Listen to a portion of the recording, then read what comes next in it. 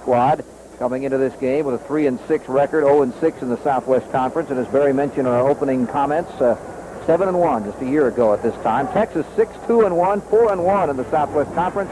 And, of course, they have designs on the Cotton Bowl, even though they're not talking about it yet. Our officials for today's football game: the referee is Dixon Holman, the umpire Louis Chaffel, the linesman Bobby Ratliff, the line judge Roger Rogers, the field judge Bill Brown, John Lewis is the side judge, and the back judge is Larry Weeks. It's about 53 degrees at the present time in Austin. The wind's out of the northeast at 8, so they are negligible. 85% humidity. The temperature is not expected to get up more than about 57 or 8, as you see Jim Wacker trying to keep warm as he leads his coaching staff across the way. And, you know, it has been a cold season so far for Jim Barry Warner. Certainly not one that he anticipated when the club got off to the start. Now, Wacker has taken a great deal of heat, but the man stands tall with that capital T. He knew what was going to happen when he booted those kids off the squad, and he hopes that the foundation has been laid.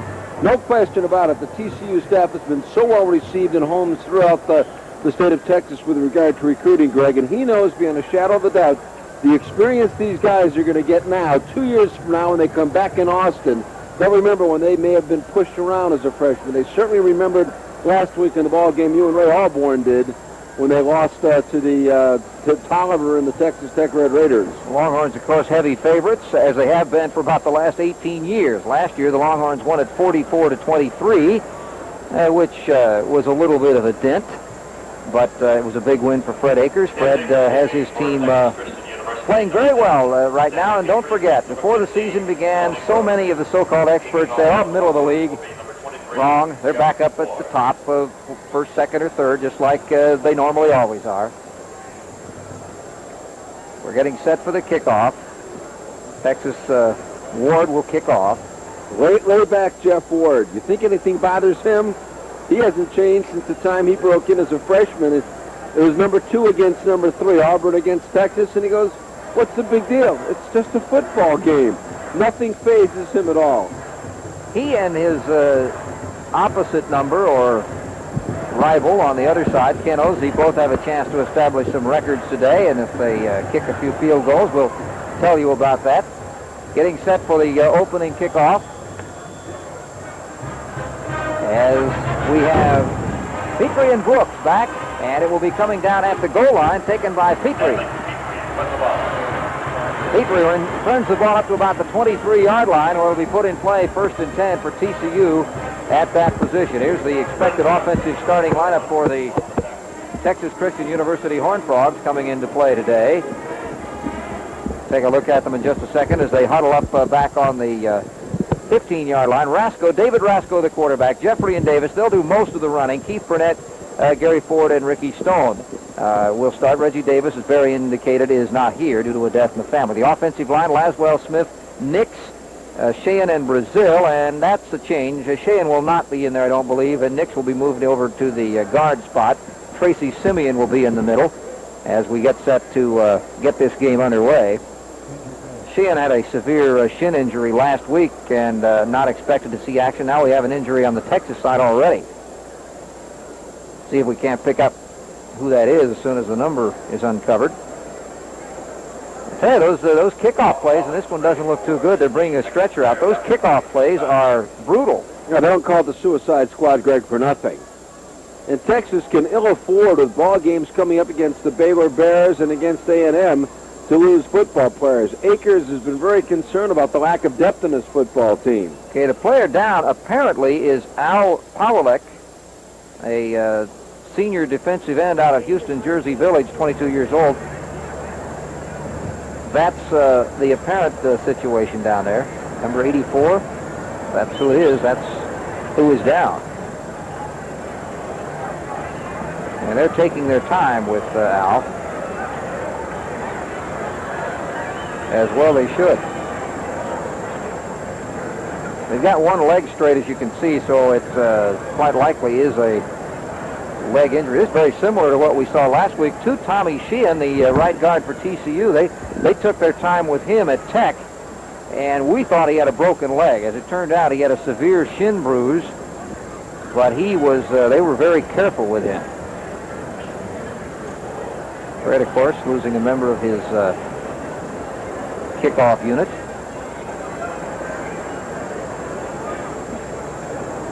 And let's see.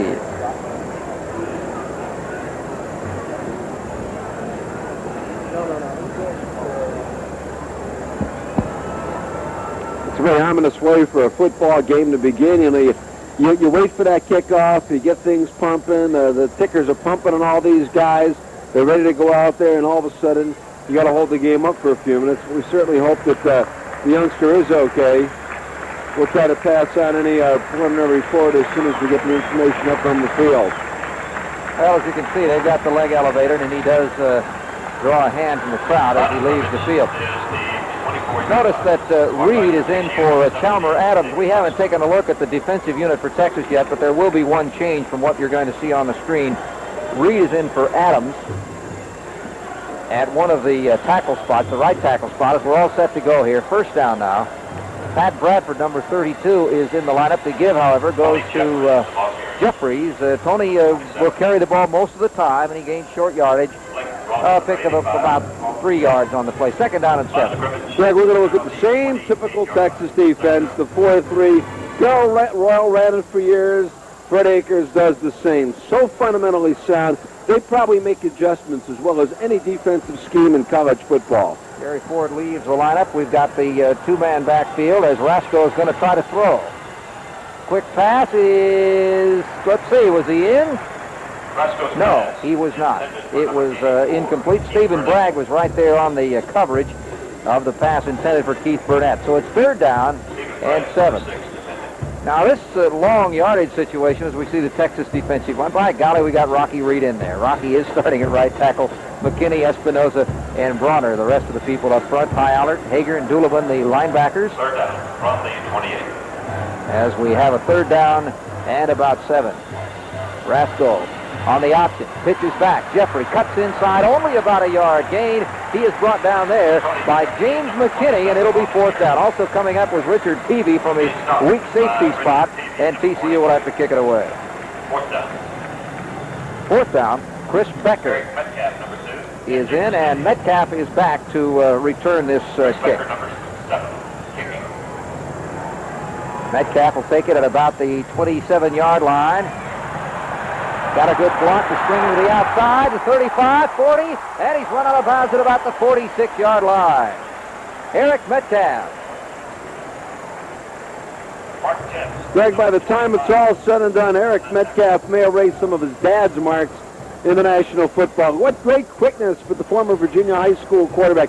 He catches the ball not well. He doesn't let the ball come to him. He goes and gets it, waits for a wall to start, and then accelerates. The kid can cut and stop on a dime. Got a good block there. And we're going to be calling his name for many, many years to come here in the Southwest Conference. He got a 20-yard return on that punt. As you see, the ball spotted just shy of the 48-yard line, where it'll be first down for Texas, their first possession of the game. We have apparently an official's timeout down on the field, which is just about expired. 13 minutes and 47 seconds remaining in the first period. We're just underway. And there, of course, is no score. Texas first possession. Brett Stafford, the quarterback, running out of the I formation. He has Hunter and Norris. Norris, the fullback, directly behind Stafford. Stafford rolls left. He'll keep it. He's got the first down and more. Pickup of nearly 15 yards for Stafford. Run out of bounds on the far side by Philonda Newton, the free safety, but not until great yardage picked up. That was about a 12-yard pickup. Watch the pump fake here with the left hand. That makes the play work. He'll roll left. He's got pump it a little bit. All of a sudden, the safety clears out, the corner clears out, and Benson, who's their answer to the refrigerator, simply too slow from the backside. Not a bad block by Russell Hayes, number 14, the flanker. It's first down. Ball on the 39-yard line. And the give goes to Hunter. Hunter cuts back inside after the hold-off tackle was closed. A pickup of only a couple of yards for Hunter. Mitchell Benson and Kent Trammell combining on that stop. Number 95, Mitchell Benson. There's the Texas starting unit. Stafford, Norris, Hunter, McCray, and Gay. Edison, Chilton, Chester, Stewart, the Texas offensive line.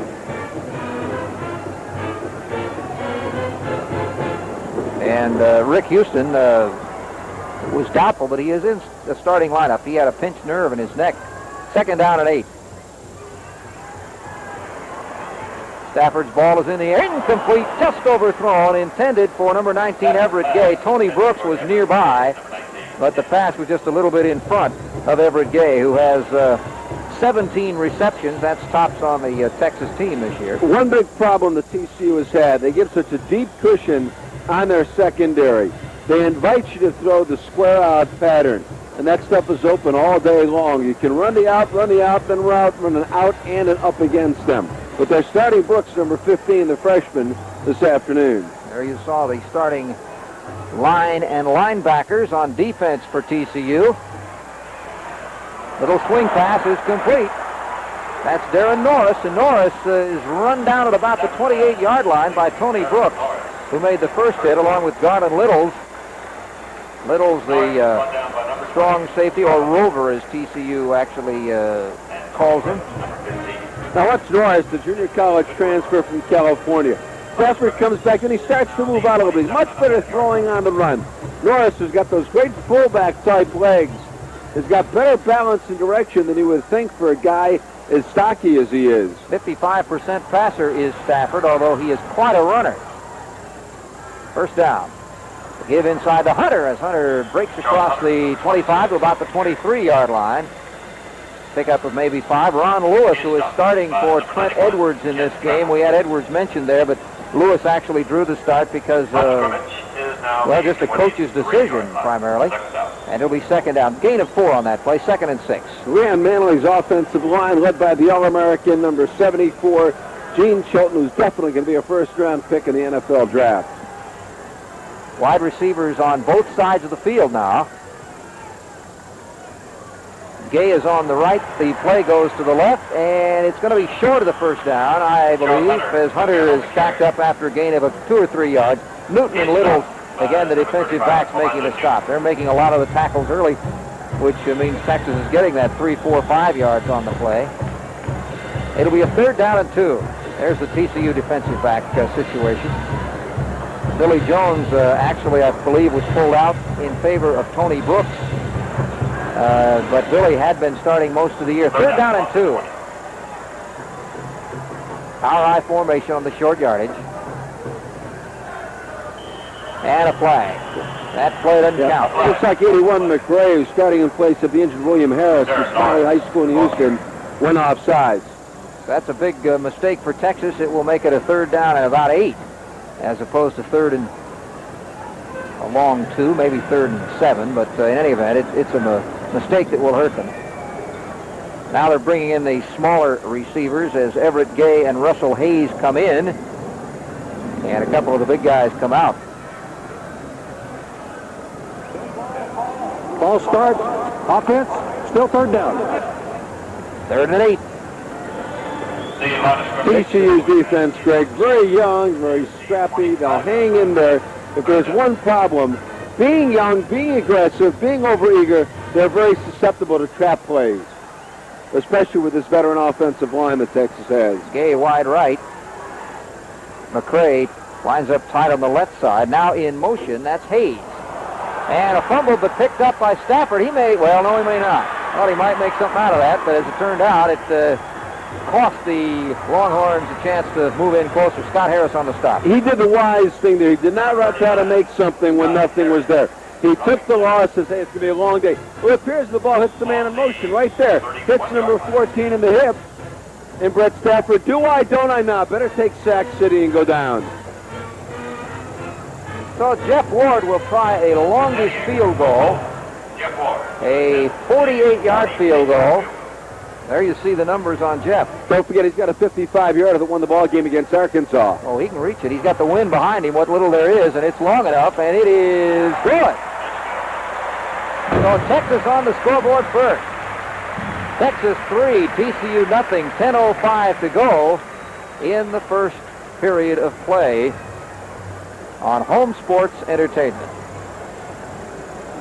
Greg, what's impressive in a situation like that, Greg, is there's adversity. You're coming down, you get the punt, you're moving the chains, you're doing everything right, You have the offside, you have the fumble, and instead of something going for naught, you end up with 3 points on the board anyway. And Ward comes out, he's so automatic. Jim Wacker across the way yelling, hey, we're proud of you guys on defense. You took 7, which was possible, turned it into 3. Jeff Ward now has kicked 16 of 21. He is just 1 field goal behind John Goodson's single-season UT record of 17 set in 79. So I told you we were going to talk about the kickers. Both kickers now are within 1 field goal of some records. So we'll keep you posted, certainly, as the game continues. Petrie and Brooks are back to return the kickoff from Ward as we get set to put the ball back in play. Texas leading 3-0 on the 48-yard field goal. 10:05 to go in the first period. The lights are on here on this gray day at Austin. Greg, you know, it's hard to know which coach believes in the power of positive thinking more, Wacker or Akers. Both of them are very positive, very optimistic. But Wacker's got to be telling his defense, hey, you guys held them. You did a good job there. And the kickoff will be returned. Taken at about the 2-yard line. Brooks fights for the 20, and that's as far as he's going to get. Stacked up by a pile of people on the special teams. Well, we'll mention Mr. Taylor, number 37, one of those that got there first. It'll be first down and 10 yards to go for the TCU Horned Frogs.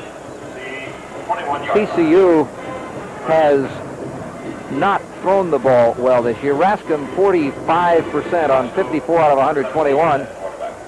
789 yards, 8 interceptions, 5 touchdowns. And there's the give inside for very short yardage, maybe a yard or all. Or Bobby Davis. One thing that, of course, Barry, maybe get you comment on this. When you run an option-type offense, you're supposed to hold on to the ball and decide whether you're going to give it to him or not. But we notice with TCU, it's almost a wrestling match sometimes. Yeah, there we saw also in the Baylor ball game where there were 3 times when the fullback took the ball, much to the surprise and the chagrin of the quarterback. It all comes with experience, getting reps, and timing. Only a 1-yard gain this time. The pitch back comes to Jeffrey. Jeffrey gets 1 block, cuts outside, and only is able to gain a couple of yards. McKinney, 86, does a nice job of stringing that play out, letting the cornerback come up and make the force. Number 6, Stephen Braggs. McKinney. That's good coordinated defense. They'll go to the fake dive, the pitch. Here's McKinney, holds his ground, says, I'm not going to be fooled. He boxes out, the safety sacrifices himself, and here comes Bragg up on the force. It's a 3rd down and 5. Ball on the 25-yard line, just across the 25. 2 wide receivers at the bottom of the screen. Rasco's looking for the inside man. That's pass interference. Yep, flag Good down. call. As tackling a little bit early that time was Tony Tillman. I think also in there was, let's see, was that, Tillman was in there, number 80, or number 11. This one comes under the category of take your pick where the flag is. He got Burnett, is who he got. Yeah, no question. He got him there in clear view of the official. We got a flag down where there could be holding up in the offensive line. Defense, Ooh. automatic first down at the spot of the foul. All right, I guess they both marked the same flag was for the same play, apparently. Rasco's got to have a big day throwing. He cannot be tentative. He's got to throw the ball with more zip. First down, ball at the 35. Rasco on the give, and Jeffrey struggles forward for about 3. Brian Espinoza making the stop. He'll be a busy man. Brian will also read Steelhammer if he gets in there. I know Steelhammer was hurt a little bit. Those tackles, because TCU, we've seen them in the last 3 or 4 weeks, really will run off tackle on that give a lot. They're satisfied with 2 or 3 if they can consistently get it. Wide to the top of the screen is Keith Burnett. Davis doesn't take it. Now does, on the pitch, across the 40-yard line to about the 42. He's still short of the first down by about 2. Chris Doulabin, the weak side linebacker, along with Richard Peavy in on the tackle. Peavy is a great story. Here's a kid who started as a freshman, ripped up his knee, just making a cut. They never thought he'd be able to play football again. He, Edwin Simmons, Jerome Johnson, about 15 other T-sippers worked out with Tom Williams at Coach's Clinic during the summer.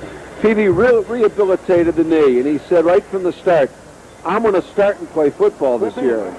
Offense, Still second down. Well, you saw that as Barry was relating the story, and it was a certainly severe penalty. Second down and more than 20. Is the 26-yard line. Second down.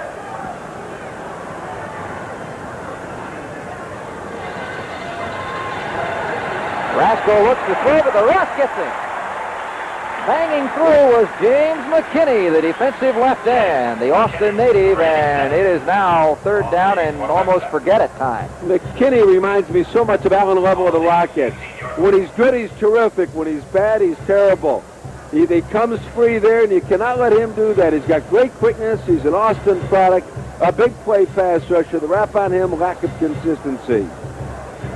One wide man on this, Keith Burnett, are extremely wide. Jared Delaney is also down. There's a little swing pass deflected, taken off by Bobby Davis. Now he's got to go past the 45, and he's not anywhere close. He gets up to the 30-yard line and is run out. It's fourth down. TCU will have to kick it away. There's the disadvantage of those penalties. That was not a bad play, but they had to go too far. Chris Becker coming into punt. It's your basic naked screen there. There was absolutely no one home. They suckered him in okay, but there was no blocking wall out here. So after getting the big break on the pass interference, TCU can't convert. Metcalf back to receive the punt, which is high and relatively short, taken on the 30-yard line and kicked.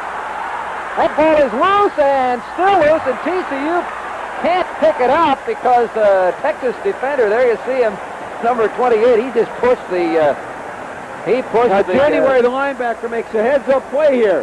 He sees a touchdown right there for Texas. Metcalf, I got it. No, I don't have it. It goes right through my hands. TCU kicks the ball. So what does January do? Out of my way. I want the football. Yes, sir. It bounces right back to me. Thank you very much. And we'll take it. And that one play, Greg, can really typify how things have gone. Last week in the game, you and Ray Alborn did. There were 3 interceptions for Roscoe, and all of them were on deflections. Well, a clipping call. And that may have been on the push, Barry, because... Yeah, that's what the call was. You have to call something because you can't go out and start pushing around people. Fred Akers, and number 12 in his background, his son Danny Akers, who's been the holder this year for Jeff Ward. So this poor guy is sort of like Ray Dangerfield. He gets no respect. He's won only 90 ball games here. He's had him on the verge of a national championship. He's had him in the Cotton Bowl. And people still say, what have you done for me lately? I think he's done a tremendous coaching job this year. And it's probably more gratifying this year for him to see how a number of these guys responded to previous Texas clubs. Clipping by the Orange team. Penalty declined. First down, Orange. All right, that had to do with where it took place, obviously, because it was upfield a little bit further. And so TCU decides to leave it on the 10-yard line where the play ended. Actually, that was an outstanding play by January because, hey, if he doesn't do it, TCU gets the football. First down. Hunter is tripped up just shy of the line of scrimmage. Charles Hunter, number 26, the ball carrier. David Spradlin, who drew the start today in place of David Caldwell at the left end spot, the one who grabbed him around the ankle. They say that David can play anywhere. Did a pretty good job on that one, didn't he? 6'2", 230-pound junior out of Seminole, Texas. Second and 11. Hunter has been tough to stop most of the year. He's averaged 5 yards a carry. Second down. There's Stafford. High formation behind him. Again, to give to Hunter as he struggles for yards that weren't really there. He gained about 3 or 4 up to about the 14 before he is stopped. Third down. Crucial defensive series here for TCU. They got it back deep. They thought they had a touchdown. They can't let Texas to move out to midfield on this. They got to get them to punt, try to establish some decent field position, Greg. Third down. Kevin Dean made that last tackle. We might mention Kevin because he was listed as doubtful for this one with a knee problem, but doubts have been erased. Third down and 8. The rush is on. Stafford falls at the 3. What another great defensive play by Spradlin. Spradlin does a heck of a job on that play. And you can see it right now. Watch how he gets mobbed when he runs over to that sideline. There's Brett Stafford. He's going to roll left. He's got a lot of protection. Here comes Benson coming in, but he's so out of shape he can't get there. Spradlin, does he miss him? He just does enough, gets him off his impetus, enough to knock him down. They're high-fiving at the far sideline. Well, Telchik is going to have to punt from the 3-yard line. That means he's going to be back the maximum distance he can be. And that bare foot is awfully cold right now. He's wiping it off.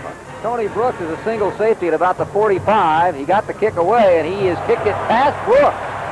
Whoa, and Brooks is going to let it bounce, and boy, did Texas get out of the hole there. Picks it up at the 20.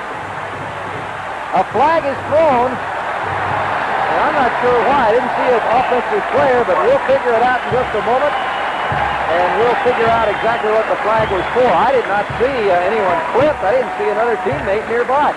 I didn't see it at all, Greg. It looked like 2 Texas players. Well, here, let's see this call. 2 on the tackle. Another clip. Flag on the play. The 68-yard punt. We'll sort it out, and we'll be back. You stay with us right here on HSE. The Longhorns 3, the Horned Frogs nothing in the first quarter.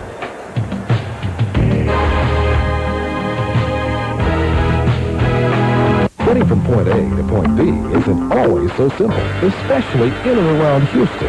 That's why you need a car like the front-wheel drive 86 Buick Century. New European styling on the outside, traditional Buick luxury on the inside. Best of all, your Houston Buick dealers have just received a special shipment of 200 new Centuries. Better hurry though, they'll go fast. Because when point A to point B looks like this, anywhere in an 86 Century is simply a point well taken. I'm a peaceful man. I wouldn't hurt a fly. But now I'm going to get out of line. I'm going to sign up for direct deposit, so I'll never have to stand in line with my government check again. With direct deposit, my money goes directly to my account automatically. That frees up my time for other things. Like my experiments. Get direct deposit wherever you have your checking or savings account. Oh, come on. Get out of line.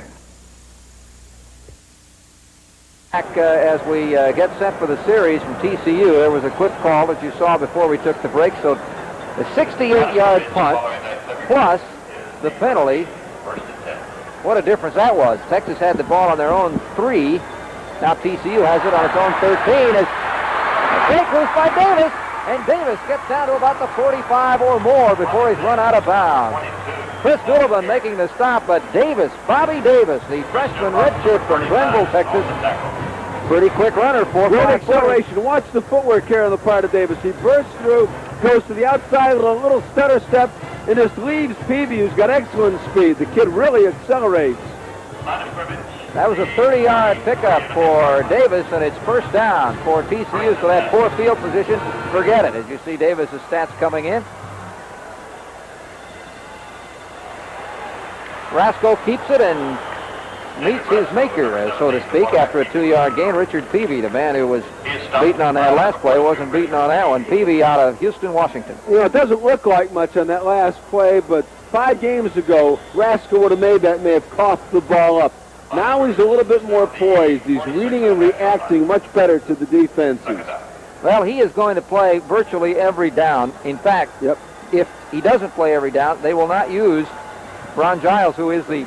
Giles is a redshirt. Yeah, backup quarterback. They don't want to use him at all. They'll use the cornerback, which they did last week. There's a pitch back. And again, Davis is outside across the 45 down to about the 44. Richard Peavy making the stop. That is a first down. So much more confident is David Rasco, the freshman from Westchester High School. Just watch him right now. He'll run down, he'll take the dive on the veer option. He'll run down, get the commitment from Aldridge, sacrifices his body, and Davis has got this tremendous footwork. First down, the ball on the across the 45. That's about the 44-yard line. We'll have a flag here. Yeah, we had the defense jumped, and of course they were okay. They got back, and that got the offensive line a little antsy, and so that'll be 5 against TCU. I'm quite certain. Espinoza lurched and then came right back.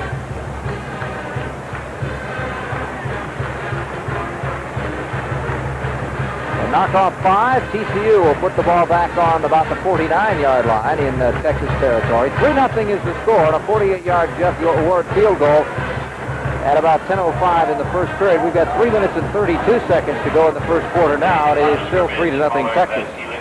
Lacker calling the play, sending Burnett, number 84, into the ball game. He's the kid from Houston Yates High School. His nickname is Sweetness. because he's so sweet and under control. Runs like poetry in motion the way he glides. First down and 15. There's David Rasco. And a give inside for short yardage, maybe a yard. That's all. Bobby Davis. Ty Allert, the top tackler on this Texas team, has 84 coming into this game, and I think that's his first of today, so give him 85. That'll be the first of many. We'll be calling the number from the former Northbrook High School All-American, a real blue chipper, both on and off the field, a really classy human being who reminds me so much of Jack Ham, Greg, the former Pittsburgh Steeler great. He's going to have that kind of potential in the NFL. Bobby Davis doing well, you'd have to say. 9 yards of carry. Straight drop back now, out of the pocket. If he can get past the defense, he's got some room, but he throws it in the ground. He couldn't turn the corner.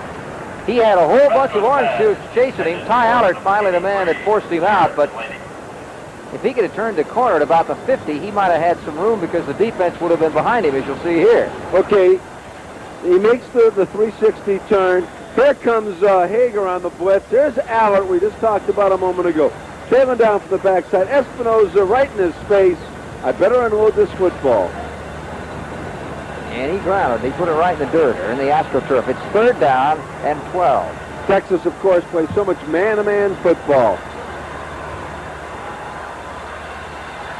Burnett goes out on the right side. Little short pass inside, incomplete. That was intended for Ricky Stone, the flex end, but Gerard Senegal was right there along with Kip Cooper, who was putting some pressure on it. It'll be a fourth down. Richard Peavy, number 42, expecting. So we'll have Chris Becker in to kick again. And Eric Metcalf back. Metcalf had one go right through the hands on the last punt. He's going to fair catch it at the 12. TCU doing a good job not allowing Texas good field position. And so Texas will come on. Next weekend, we'll be taking you up to Fort Worth and Eamon Carter Stadium as the TCU Horned Frogs take on the Texas Aggies. That game with important ramifications for A&M's bowl picture. We'll have it for you on a delayed basis next Saturday night at 10:30 and Sunday at 9 o'clock. That's Texas A&M versus TCU next weekend on Home Sports Entertainment. All right, partner, I'm going to put you on the spot. The game will be played tonight at Kyle Field. The Aggies against the Hogs. Who do you like, Greg? Home game, I'll go with the Aggies. Okay, I'll take A&M by 4. Michigan, 31. Minnesota, 0. I'll tell you, when we're doing one of these delayed games, Brad, everyone will remember that we're right or wrong. You know.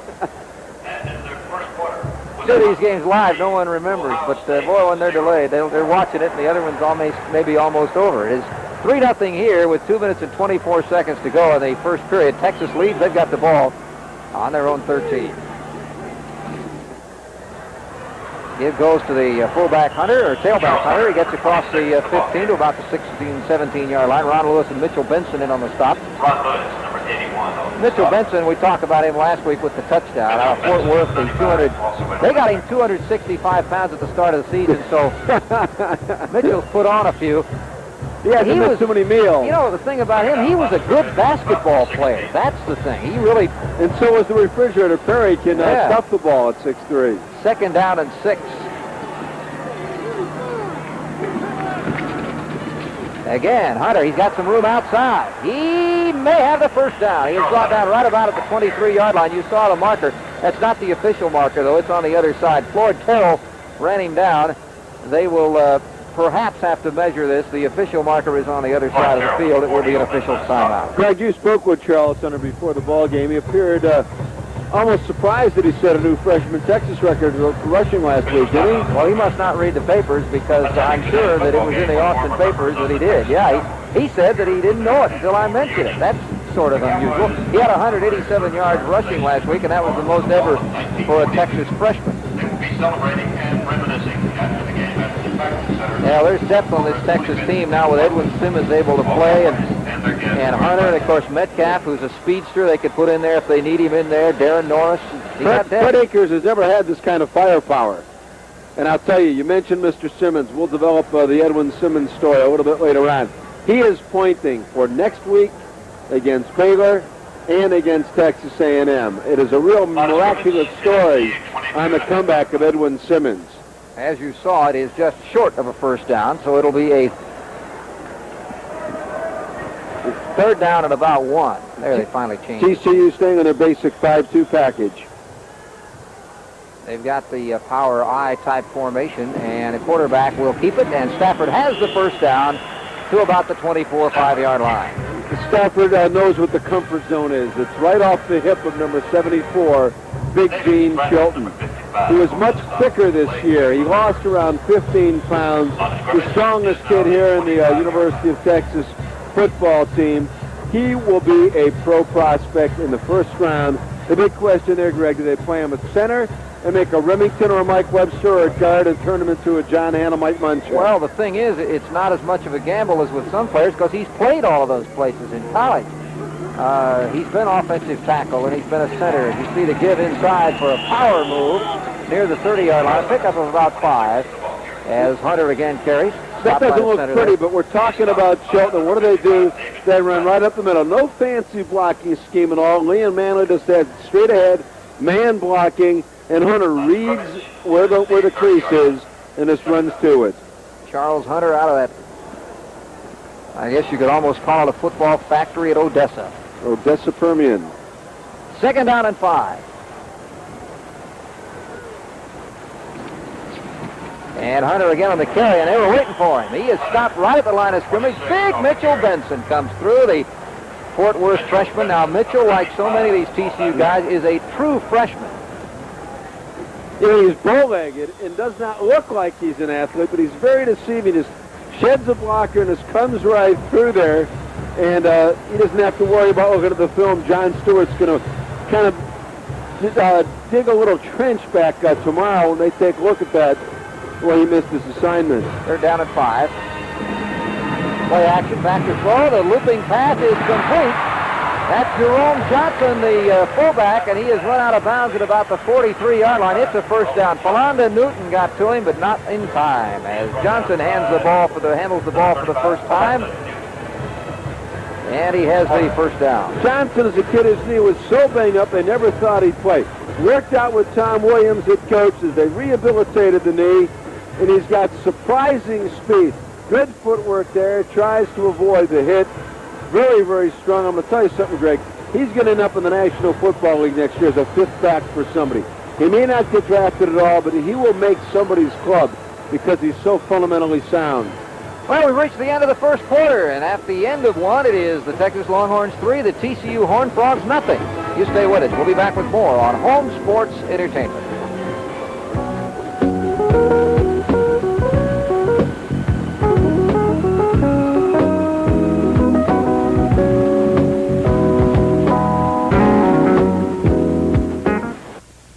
It's a special kind of spirit that rises in us all. We hear a cry for help. We're there to answer the call. We're a people who share triumphs, but we share our troubles too. It seems in times of need we're there to do all that we can do.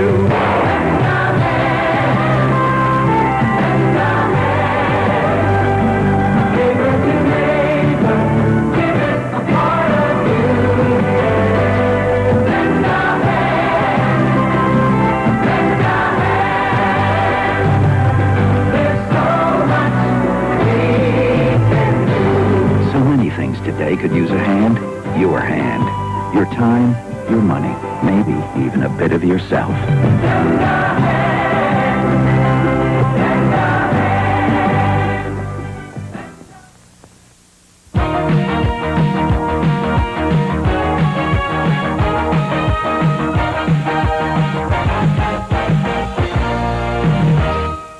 This telecast is authorized under rights granted to Home Sports Entertainment and is intended solely for the non-commercial use of our viewing audience. Any rebroadcast or other use of this telecast without the express written consent of Home Sports Entertainment is prohibited. The announcers for this telecast are selected and employed by Home Sports Entertainment. And that means if you don't get Jack Stanfield's permission, you're a bad guy. You're in violation. He'll hip check. That's right. 3-0. Texas leads. They've got the ball. Stafford is brought down from behind the line of scrimmage by that man, David Spradlin. He has had quite a first half of play in the first 16 minutes. Spradlin's been all over the place today, starting in place of Caldwell. Kid has got excellent quickness and heart. He reads, comes right in there, and makes the leg tackle. And Mitchell Benson got through to put a little pressure on. That helped to open it up to Spradlin. It is second down, loss of 3, second down and 13. Wide receiver at the bottom of the screen is Everett Gay. Man in the slot, single running back. Passing formation, the ball is slipped out into the corner and complete on the far side. That was Johnson again, and he picked up maybe 5 altogether as he's run out of bounds on the far side of the field. Johnson is out of Pilot Point, 219-pound senior.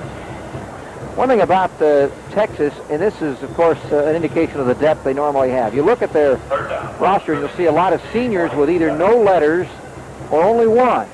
And that's because there's always been enough depth at Texas that you don't play until you're a junior or a senior.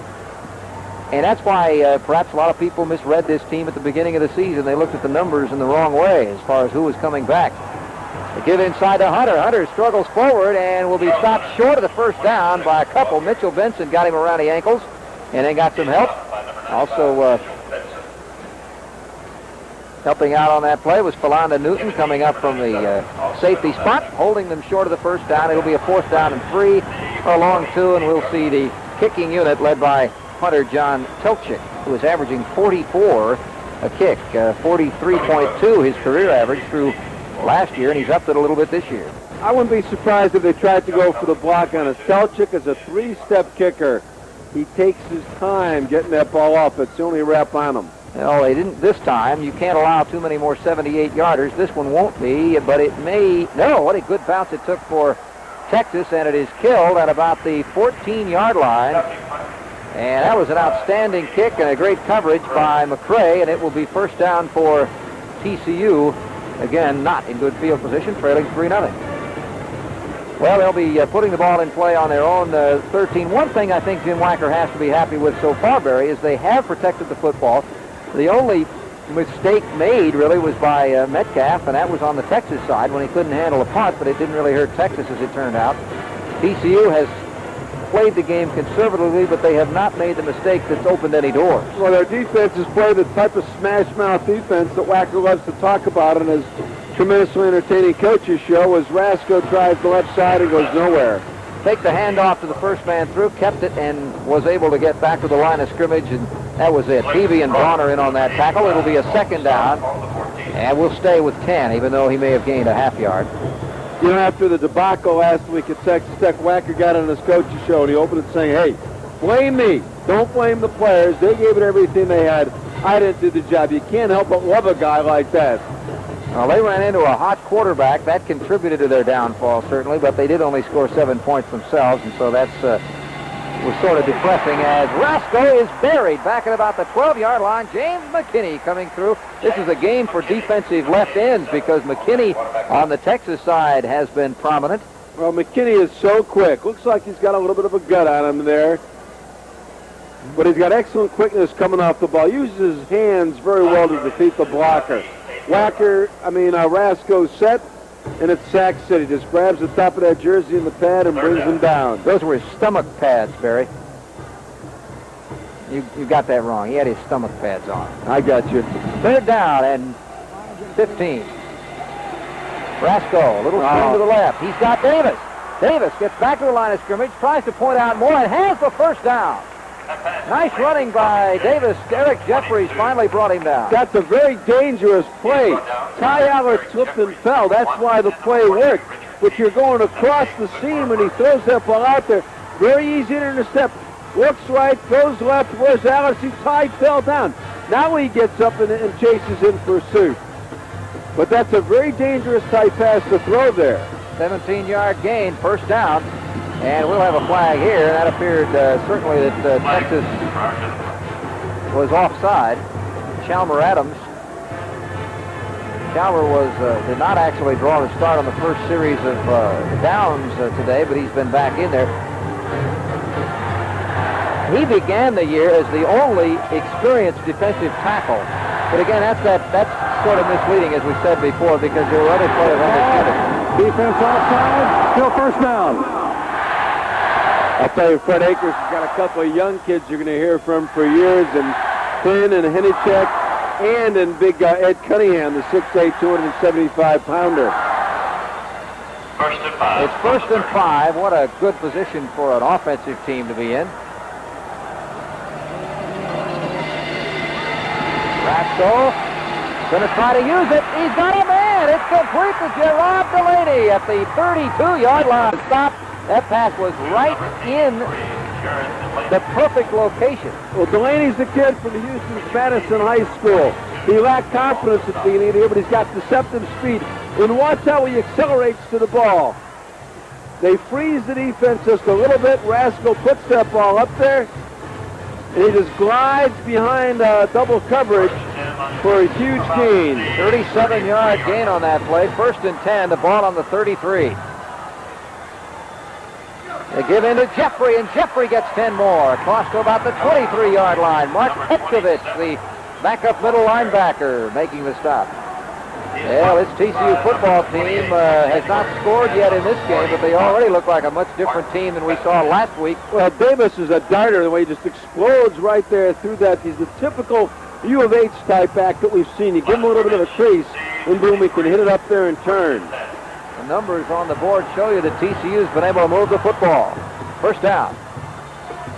Again, Jeffrey, he'll struggle forward to about the 19-yard line. A pickup of 4 more off left tackle. You know, the season started with Jeffrey, who was the Southwest Conference Newcomer of the Year last year, having all these expectations and the great job he and Davis would do. Then Kenneth Davis goes out, all of a sudden he's the main man.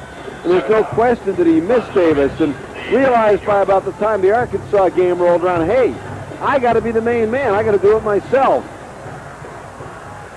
All right, it's a second down and 7. Float pass complete to Davis, but he's covered. He drops the football. Did he drop it? Did he have possession? The officials say that he did, and he dropped it. It's a fumble, and the turnover goes to Texas. Wacker is sitting there yelling at the officials, hey, wait a minute. I don't know if they've made the decision on this yet. They may not have made the decision on this yet. I think Texas's offensive unit did, but they're not the ones that count. No, it's the people in the stripes, and they're going to talk it over.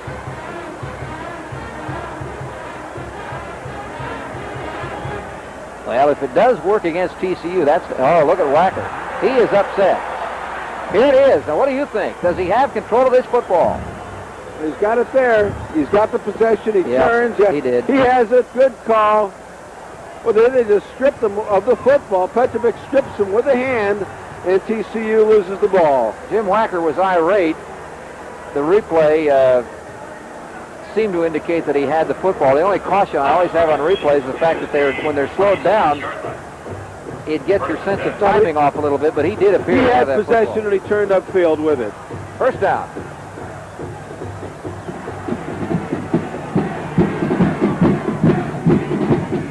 Give inside to the fullback Johnson, and boy, you talk about smash-mouth defensive football.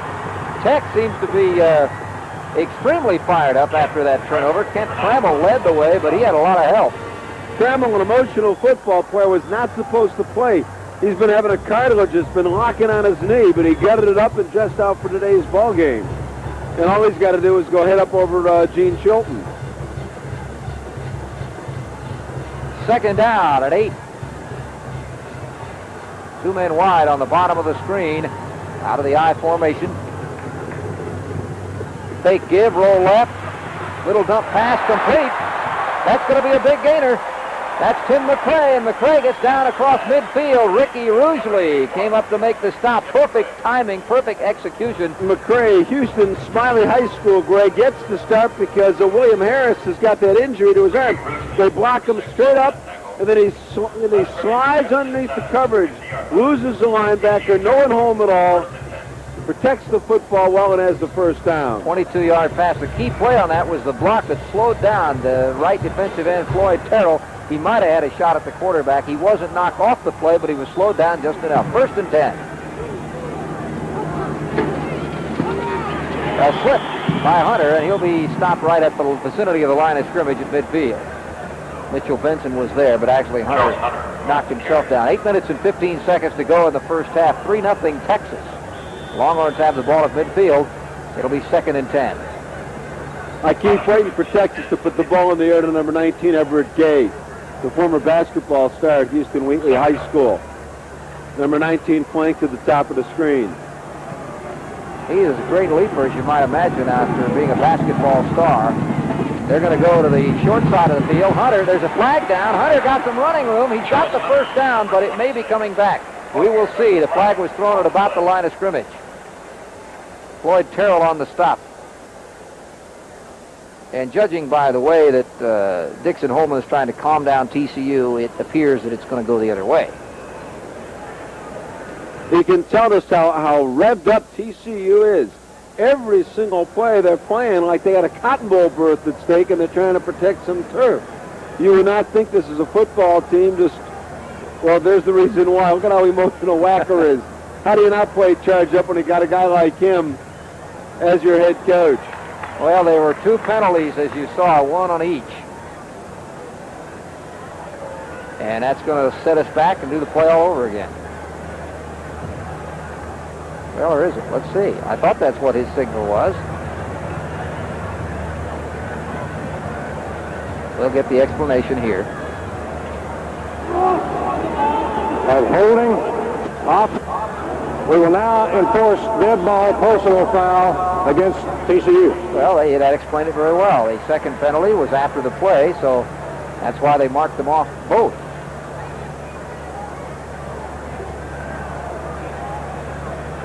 So Dixon Holman is sort of like Jim Tunney of the NFL. When he works the football game, you know he is in total Personal control. foul defense. Still 2nd down. Actually, Texas ends up gaining 5 on the play or losing 5, depending on how you look at it, because they ran the ball out 5 more yards. But they're 5 yards further out from where they were at the original line of scrimmage. 2 wide receivers at the top of the screen as fairly long count by Stafford. The give is to Hunter. Hunter is short of the first down. It'll be a 3rd down and about a yard. He went right up the middle and got 4 of those 5 he needed. Greg, as we said at the start of the ball game, one of the real fears that you have with a young, aggressive, enthusiastic football team defensively like TCU has, they get so overeager they set themselves up and they're easy to trap. We'll see if Texas's line coach, Leon Manley, makes some adjustments there. 3rd down and 1. Everyone's going to be tight now. The tight, our tight formation. Double tight end. And a first down, maybe. Just barely for Darren Norris. He needed a long one, and he looks like he got it. Kevin Dean on the stop. They may have to measure. Depends on where the ball is spotted. I think he got it. Oh, no, he did not. Not where they spotted the ball, he didn't get it. I thought he went farther than that, Barry. I thought he got the ball over the 40-yard line, but they've got it spotted right smack dab on the 40. Let's see if we can tell on this low shot. Excellent blocking there by Ergel. Well, that one line was the 40, but we'll sort it out, and we'll be back. So you stay with us. 6:23 to go in the first half. Texas 3, TCU nothing on Home Sports Entertainment.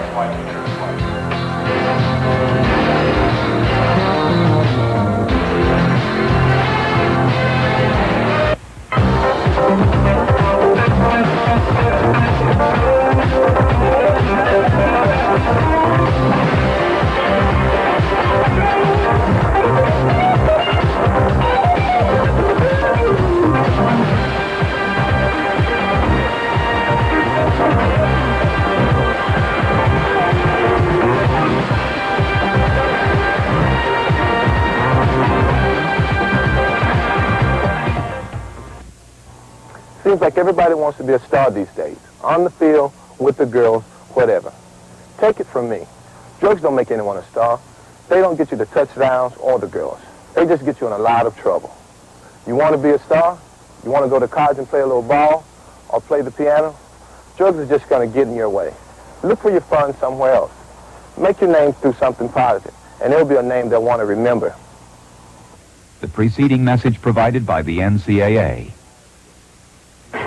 Fred Akers was having a few words with the officials for a moment. I think probably having something to do with the spot of that ball. It's now 4th down.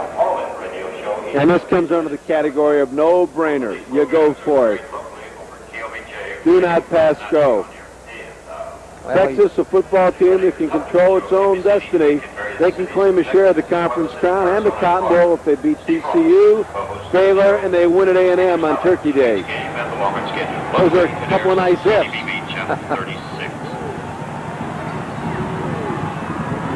Stafford again to keep, and that's going to be close. I don't think he got it. Close. I don't know either, Barry. I'll tell you, if they spotted the last one where they did, then he didn't make it on this one either. Really, again, it depends on the spot.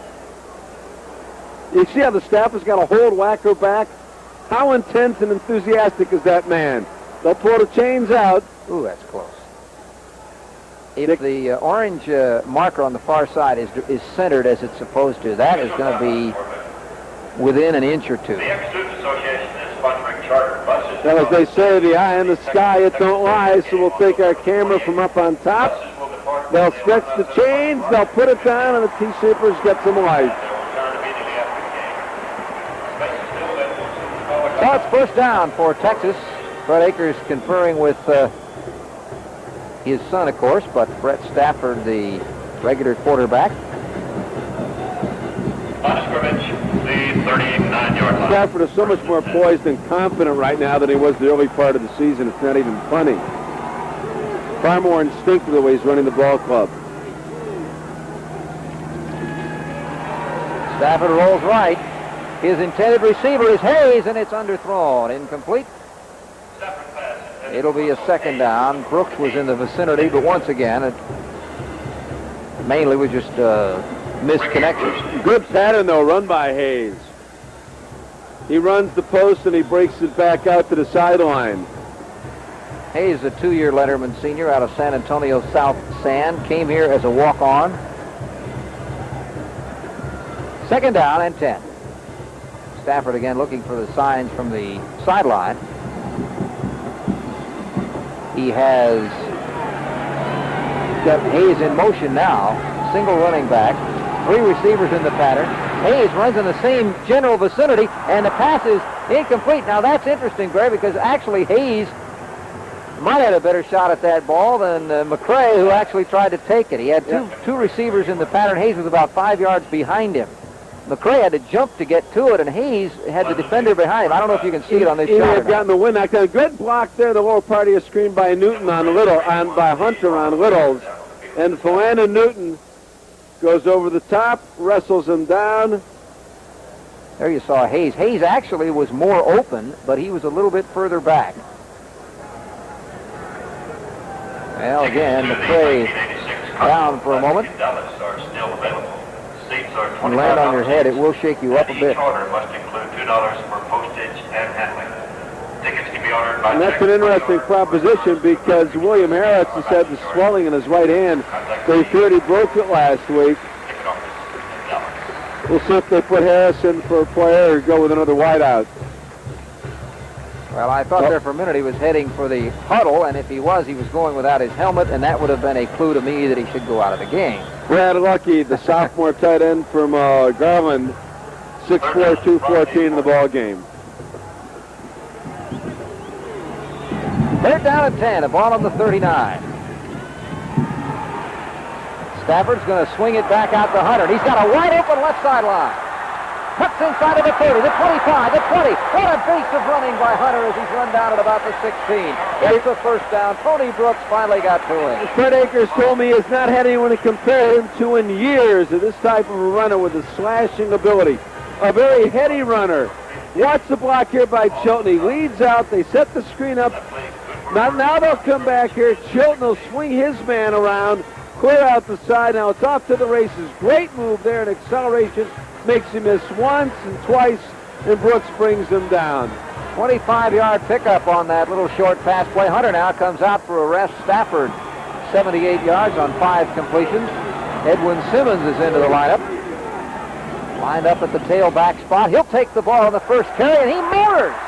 He fumbles the football, and it's picked up by TCU. No, Texas touchdown. TCU had the ball in its grasp and picked up in the end zone. by Mr. Russell Hayes. Right. Your man Hayes, who you've been calling for in a couple of pass patterns, comes up big. Edwin Simmons has got the rap of being a fumbler. He runs up high. They hit him, the ball pops out, and the opportunistic Russell Hayes comes up with a touchdown. Now look, when you see this, Barry, TCU had this football. No question they did. Good pop there by Philanda Newton. Right there. And it popped right away. And Hayes recovers for the touchdown. Here's Ward's extra point. He got it. You know, Wacker could put together a highlight film of screwy things that went wrong during my 1985 TCU Horned Frog campaign, and that one's got to go there. Almost like the Metcalf situation where January pushed the TCU defender out of the way who was going for the touchdown. Last week, 3 deflections out of their hands. Simmons there, awfully strong, just runs through him, protected the ball well. That was the funny part about it. Normally, Edwin has had problems getting the handoff, but that was not the case. He just ran right up the gut, had a great run going, and Philanda Newton puts on a major league pop. Watch number 35 come up here and jar Simmons. And Simmons weighs 235 pounds, breaks arm tackle after arm tackle, and a huge knock by number 35, Philanda Newton. TCU's Lewis, defensive tackle, really just about had that football, but couldn't hold on. And so it all results in a touchdown to Hayes, and now it's a 10-0 Texas lead with 5:06 remaining in the first half. That drive started on the Texas 26-yard line. The key play when they picked it up on 4th and inches. All right, we're set for the kickoff. That went 10 plays, 74 yards, 4 minutes and 27 seconds. Hayes recovering the Simmons fumble after a 15-yard run, which he will be credited with. And a kickoff is coming down. Taken on about the 3-yard line by Stanley Petrie. Petrie fights his way up to about the 20, and that's where TCU will put the ball in play. Very important right here that TCU takes good care of the football. The second quarter has always been a disaster-type quarter for the Horned Frogs. Wacker's trying to tell David Rasko, look, son, protect the football. Personally, I would like to see their passing game do something more than rolling to the right, suckering Texas in and throwing up. If they do it one more time, Ty Allen's not going to fall down. He's going to intercept one. Talk about disaster quarter, to say the least. The Horned Frogs have been outscored 120-21 in the second quarters this year. As Jeffrey takes the handoff and gets about 4, Rocky Reed, the senior lineman, making the stop. What you don't want to do right now, Greg, with 4:50 and change counting down, have a 1-2-3 situation, kick the ball, give Texas good field position, and then let him go in for another score. If you go in a 10-zip, Wacker says, hey, we got him right when we want him. We're the underdog. We're supposed to be down. We're playing excellent smash mouth football. 2nd down and 7. Rasko cannot elude all of the rush. Ty Allard, the outstanding linebacker. You want to know why I say this kid is the Jack Ham of semi-pro football? Well, that was his 10th quarterback sack this year, which leads Texas. Just tremendous speed and quickness. He is so hard to block. One, because he's so fast, and number 2, great hand strength, keeps people off his body. The irony of it, his dad was a great football player at Southwest Texas, was an assistant coach, had his knees all torn up, and he's the athletic director in the Spring Branch school system. 3rd down and 10. Rasko, little swing pass. Out it comes to Davis, and boy, he doesn't swing very far, does he? Boom! Chris Douleben, linebacker. Well, we talked about the adjustments that the Texas defense makes. They made one right there as we have an injury. Is that W.C. Nix down? It may be. 69, yes. That is W.C. Nix. Boy, he's a very valuable player. He's the heart and soul of their offensive line. They could ill afford to lose him. They've been playing Simeon at the center spot, moving Nix over. By the way, speaking of injuries, we have an injury report on McCray, who went down earlier. They're checking his collarbone and shoulder. That's the vicinity of where he was hurt. Nix may have just, I don't know, Are still available had the wind knocked out, perhaps. Coach Bob Wetlick's Longhorns take on a challenging home schedule that includes Oral Roberts. We got a lot coming up on Home Sports Entertainment. Of course, upcoming NBA basketball telecasts. The season begins this Live coming NBA action next week on HSE. The Dallas-Fort Worth viewers will see the Mavericks Tuesday versus the Phoenix Suns. Friday versus the Indiana Pacers. That's Wayman Tisdale. Houston viewers will see the Rockets Wednesday versus the Indiana Pacers in Wayman Tisdale. Of course, the Rockets live from the Summit. The Mavericks live from Reunion Arena. Each game at 7:30. Preceded at 7 o'clock by Sports Talk exclusively on HSE. And, of course, don't forget Sports Talk is seen in both markets, whether or not the particular basketball game is able to go into that market or not. So Sports Talk will be on prior to all of those dates. And the games, of course, are restricted to their particular markets, or 75-mile radiuses thereof. NBA rules. Report to the stadium office. Now, let's see, it's our second stretcher of the day. Report to the stadium office. Yeah, it's an interesting contraption they have because, as you can see on our screen right now, they're able to strap the legs in. So there's absolutely no mobility at all, and nothing can come loose. Well, they want to be sure when they take him in. I would imagine there have been injuries in the past where three guys trying to court the guy off the field have aggravated it greatly. And this, of course, immobilizes WC Nix III. There you see the stats on the game. 10-0 Texas with 3:32 to go in the first half of play. It's a fourth down. Becker will be in to punt. Eric Metcalf, number 2. Metcalf back. He'll get it about the 43-yard line or so. Well, maybe not.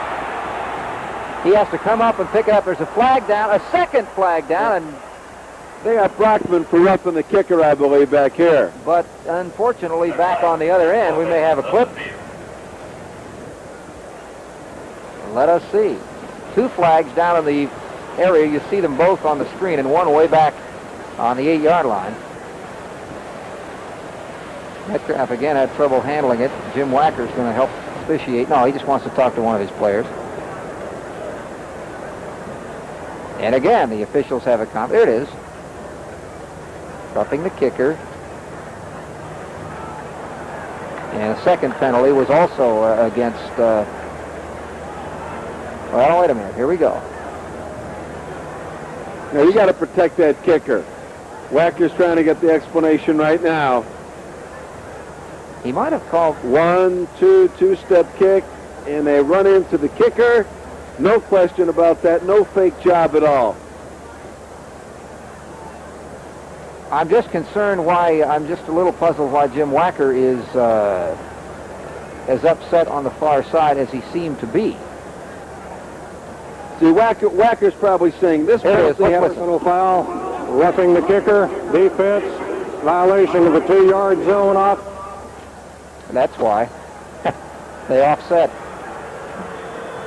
They got down too close to the receiver, Metcalf, Again, back in deep punt. Eric Metcalf. and so Metcalf will get to return another one. Takes it at the 40. The 50, the 45. Down to the 40 in TCU territory. Metcalf showing the shiftiness that is in the genes. David Spradlin making the tackle. You know, his father, Kerry, still holds the NFL single-season combined rushing, receiving, and pass reception yardage. This kid, we're not trying to put the kids to death, will be an All-American football player by the time he leaves the 40 acres. Line of scrimmage is the 40. So you'll see Texas put the ball in play, already leading 10-0 with 3 minutes and 6 seconds to go in the first half. At halftime, we'll have a conversation with Charles Hunter, the outstanding young tailback with Texas. We'll also see the UT band review the first half and get you all set for second half of play. There's the big guy, Edwin Simmons, as he goes off the right side, down inside the 35 to about the 33. Pickup of maybe 7. Scott Harris, who was a lightly regarded and lightly recruited player out of Carrollton, made the stop. Moved into a starting linebacker spot for TCU. Ball spotted on the 34. The thing about Edwin Simmons, he's got the speed and the body lean of an Eric Dickerson, and he's got the strength of an Earl Campbell. And there was a flag thrown finally on the TCU bench. Now, it looks like it's on Wacker for being a bit too vociferous. But last week, the University of Houston defensive players are just talking to themselves. The way Simmons came right up and made collision after collision.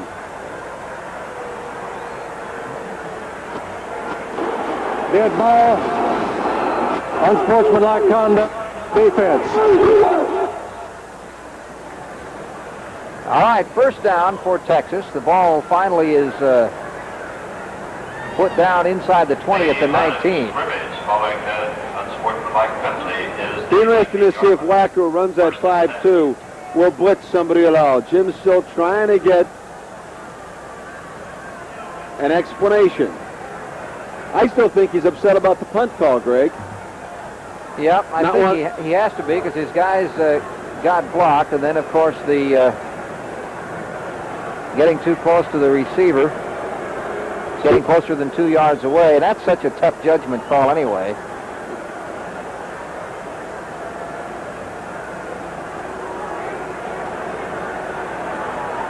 I want to see how Jim explains this on his coach's show Monday night.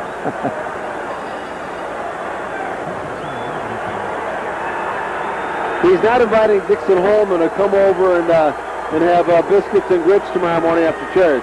Now he charged a timeout to TCU because it took so long. I mean, he's got his Horned Frog football team that's up in arms over in the sideline. He is fighting for his guys. He says, hey, it's no fun going 0-6, going through what we've gone through. Give us a break. Well, first down, a ball on the 19.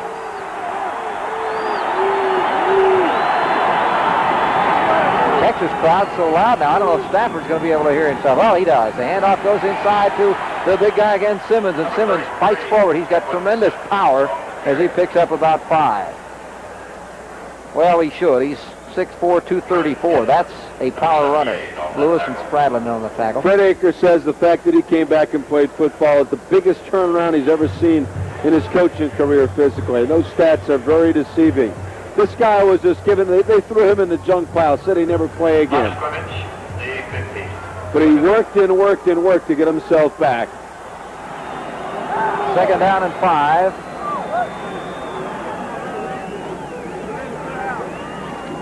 Again, Simmons, short of the first down. It'll be a third down. He picked up only a couple that time. Kent Tremmel, the nose guard, led the charge defensively. And it will be a third and about 2.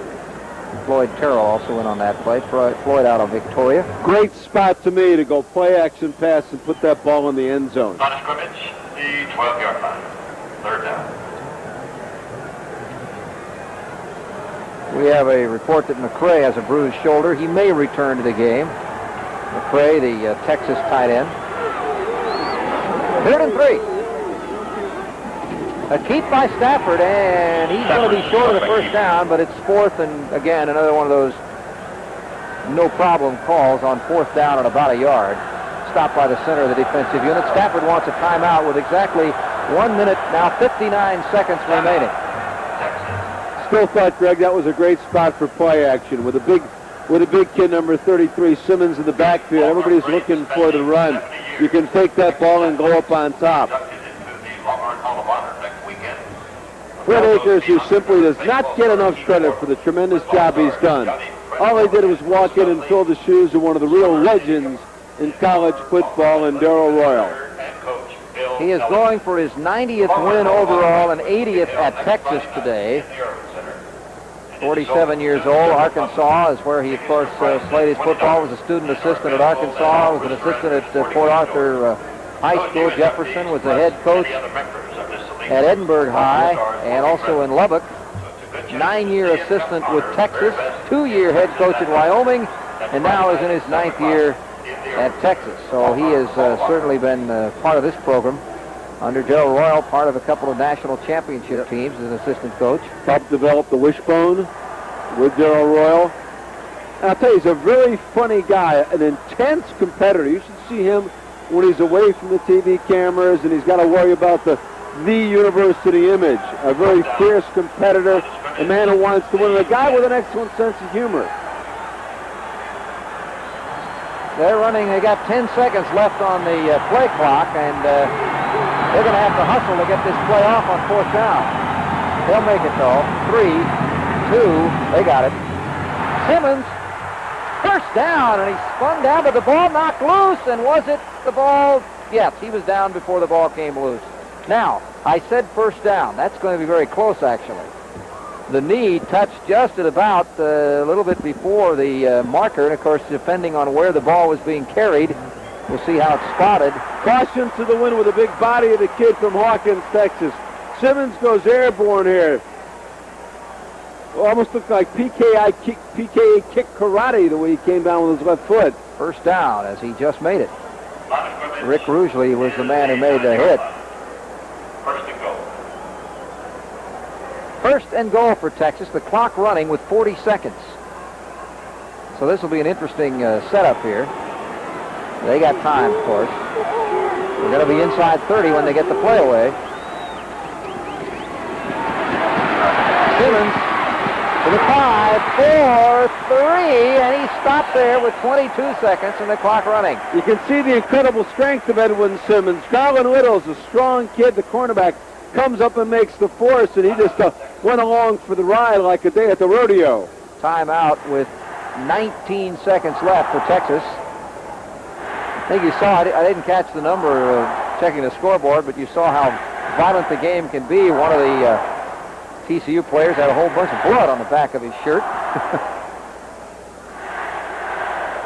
Now Texas with 19 seconds left, leading 10-0 in the first half. Has the ball on the 3. Simmons, 6 rushes, 35 yards so far. He has only played in the second quarter. Again, Edwin Simmons pointing to the Baylor and A&M games. Getting this kid's confidence back, Greg, was a real big thing for the coaching staff. As I said, they kind of threw him on the physically unable to perform junk pile until he made that dramatic comeback. 3-leg operations and a right leg shorter than the left. Simmons, he's got to go wide. They've got that one diagnosed. The clock is running. Spradlin again. Spradlin has been the star defensive player.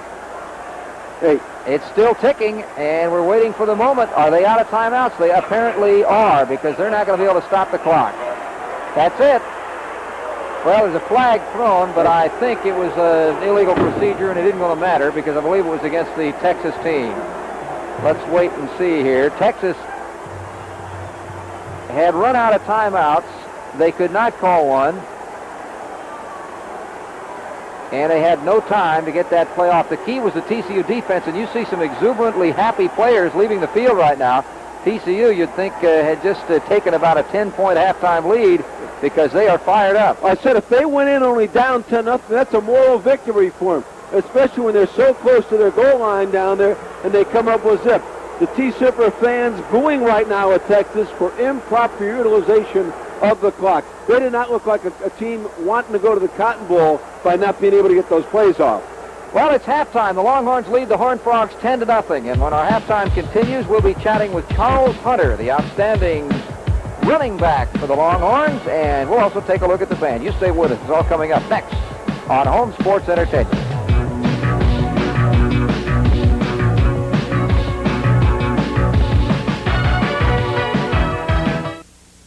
If high window sticker prices are keeping you out of new car showrooms, then come to Gullo Haas Toyota for the finest selection of dependable used cars. Because Gullo Haas offers the widest selection of quality used cars and trucks in the area. Foreign and domestic cars, trucks, or vans. We've got the models, styles, and variety to fit your price range. Clean, affordable, and reliable used cars and trucks, and we can arrange financing to fit your budget. So come by and drive one for yourself at Gullo Haas Toyota, I-45 North exit Gulf Bank, either way.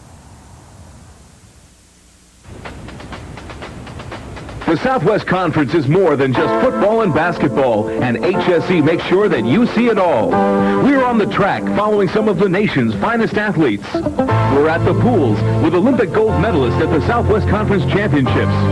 We're on the court following the tennis stars of tomorrow battling for their schools today. If you're looking for the best in Southwest Conference sports, there's only one place you'll find it all. Home Sports Entertainment.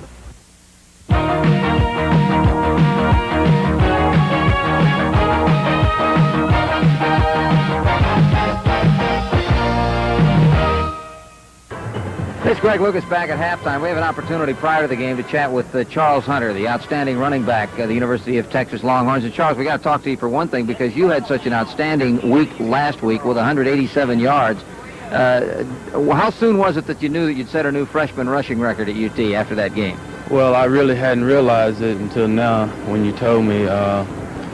It was a good feeling, you know. The offensive line done a great job blocking, and, you know, it was a lot of openings for the running backs, and we were able to get in them and hang out some yards. You've had a good year all around. You're averaging about 5 yards a carry, and any running back who can average 5 a carry is having a good year. What's the secret, Ben? Well, just following the blocking. The offensive line is doing a great job blocking, and, you know, I'm just trying to do the best I can.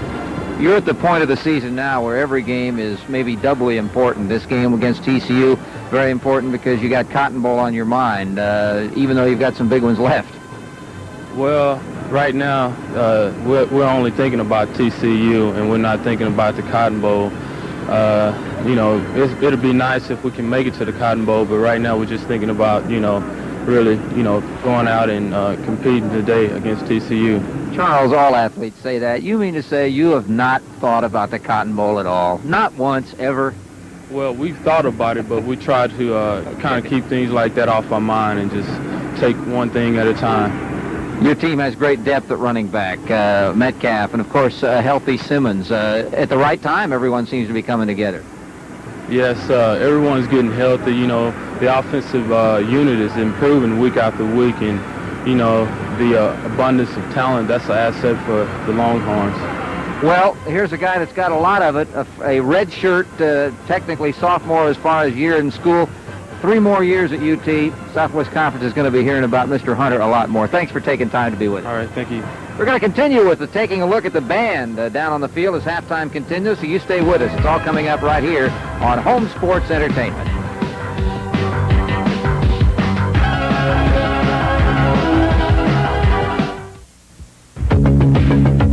HSE's fall sports season starts with college football featuring the Southwest Conference and rushes into the NBA season with the rim-rattling Twin Towers of the Houston Rockets, Akeem Olajuwon and Ralph Sampson. And their Midwest Division rivals, the Dallas Mavericks, featuring the acrobatic, smooth-scoring tandem of All-Stars Rolando Blackman and Mark Aguirre. Later in the fall, hard-hitting New Jersey Devils NHL hockey returns.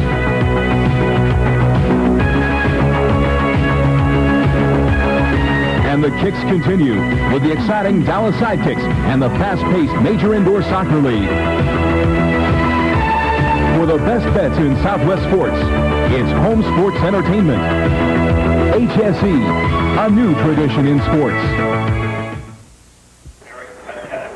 10-0 halftime score. Longhorns lead the Horned Frogs. Just about set to get the second half underway. Longhorns, of course, scored first, and they've been the only team to score, although Texas Christian doesn't look too bad statistically, as you can see. They're just about 30-some yards, almost 30 yards behind in total yards. They just don't have any points.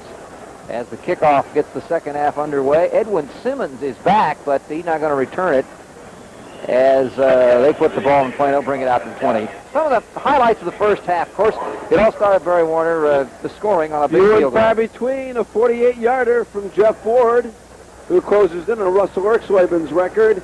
And the highlight for TCU, Jared Daly on the receiving end of this, the freshman from Madison High School. Rascal back, sprints out, rolls to the right, lets it go. Beating double coverage is Jared Daly. A couple of plays later, Jeffries fumbled, and Texas was back in business. And here's the play that resulted in that play. Edwin Simmons, great hit by Philander Newton. Ball pops loose, and the opportunistic Russell Hayes falls on it for the Texas touchdown. Back to live action, 1st and 10 from the 20. And you're up to date as Hunter takes the first carry, and it's pick up about 3 yards. Kent Trammell making the stop as we get the second half underway. What's flatter? Pancakes for breakfast, the Texas West Africa Desert, or the University of Texas offensive effort of the first half? Take your pick. Fred Akers had to be less than pleased at the half. That's Fred. 2nd down and 6. 2 men in the backfield. Looked like Little mix-up on what the count was. There's a little float pass. That's incomplete. That was intended for Hayes, the man who scored the touchdown on the fumble recovery. Yeah, you keep going for Hayes, but I keep talking about Everett Gay over here. The kid with a 37-inch jump, vertical jump from Houston's Wheatley High School. Donovan Pitts, suited up, not going to play. Fred Akers trying to rest his leg for the next 2 ball games. But this kid has got great speed. Third down, 6. From the 24. Ball still at the 24-yard line. Hayes cuts inside. Now he's a receiver. Stafford scrambling to find one, and no one there. McCray, who did come back into the game, was the intended receiver there, but he couldn't get to it. It's got to be 4th down. That TCU defense, which ended on a high note, as Texas was out of timeouts at the closing seconds. They had a ball on the 3-yard line, couldn't score. They'll get the football back. John Telchik is in the punt. Jim Wacker. 56-yard average for Telchik. He had one in the first half. It was 78. You know, Telchik's interesting. The first time he set foot on this field wasn't as a football player. He was in the band. His dad is the band director at Kerrville. As he gets out a low kick, it takes a good Texas pound. Yeah, the roll will help the average because it wasn't that particularly good kick. Goes down to the 30-yard line where TCU will have the football for the first time in the second half. On their own 30, 1st and 10. We're not going to see any we didn't see it in the first half, and I don't expect to see any razzle-dazzle at all. Any flea flickers, any reverses, any halfback options for Jim Wacker's ball club. With a young team like that, when you take chances and you're going bad, they always have a tendency to backfire and miscue on you. David Rasco is the quarterback. He's been in there the whole way, the red-shirted freshman out of Houston Westchester. I mentioned something about the redshirt situation. Texas players are listed by their academic year and not by their football year. Consequently, there is no such thing as a freshman redshirt on the Texas roster. The player who was redshirted last year is still listed as a sophomore. And that is not the case at TCU. TCU and most other schools, that's a Fred Akers preference. He just prefers to list them as their year in school. I guess it's all going to catch up to you in the end anyway. You can be a senior twice, somewhere along the line. Give inside to Jeffries. Jeffries got past the initial defensive charge, but not the secondary unit, as Tony Tillman comes up to make the stop. David Little, son of the University of Texas Associate Athletic Director Bill Little, our spotter, going right down and pointing out Tillman, but the play was really made by Richard Peavy, who came up on the force, and that left it easy pickings for number 11, Tillman. Tillman will get credited with the tackle, but Peavy will get some stars in the coach's film evaluation. Jeffrey has to take the high pitch, and he's scrambling to make something out of almost nothing. He gained a couple of yards. Richard Peavy that time did make the tackle. The way that McKinney strung that play out and almost forced a fumble could have been an easy 6 for Texas, but Jeffrey has got those Eric Dickerson, John Jefferson-type goggles, maintained his cool there. Allard putting pressure. Breaks the tackle right there. See, he changes his hands and wants to make sure that ball is towards the sideline in case he fumbled it would go out of bounds. 3rd down and 5. Rasco going deep. Incomplete. That ball was intended for Jared Delaney, but it was overthrown a little bit. Tony Tillman was there on the coverage, and so we will have to exchange punts as the wave comes to Memorial Stadium. One thing I don't like about the TCU passing attack, one, they've been going cross-field, but number 2, they're running one-man patterns. They got to get a multiple pattern and give the quarterback an option of somebody underneath. Becker has to short hop the snap. Gets a good kick away. Metcalf takes it. Going to turn on some speed. No! The Horned Frogs won't let him turn on any speed on the far side. That looked like number 49 for TCU. Going to have him credit on that one. Pitts, who made the stop. Pitts grabbed on to Metcalf, didn't let him get out. 10-0 is the score as the second possession of the second half for Texas. First half, Texas possessed the ball 18 minutes to TCU's just under 12. Penalties, TCU 5 for 63 yards, Texas 4 for 29. Maybe a key in the game. We won't know till the old ball game is over, but might be when Texas couldn't get any points on the board when they had the ball down inside and the clock ran out on them. No question at all. That was very poor execution of the clock, not coming up with at least 3 points.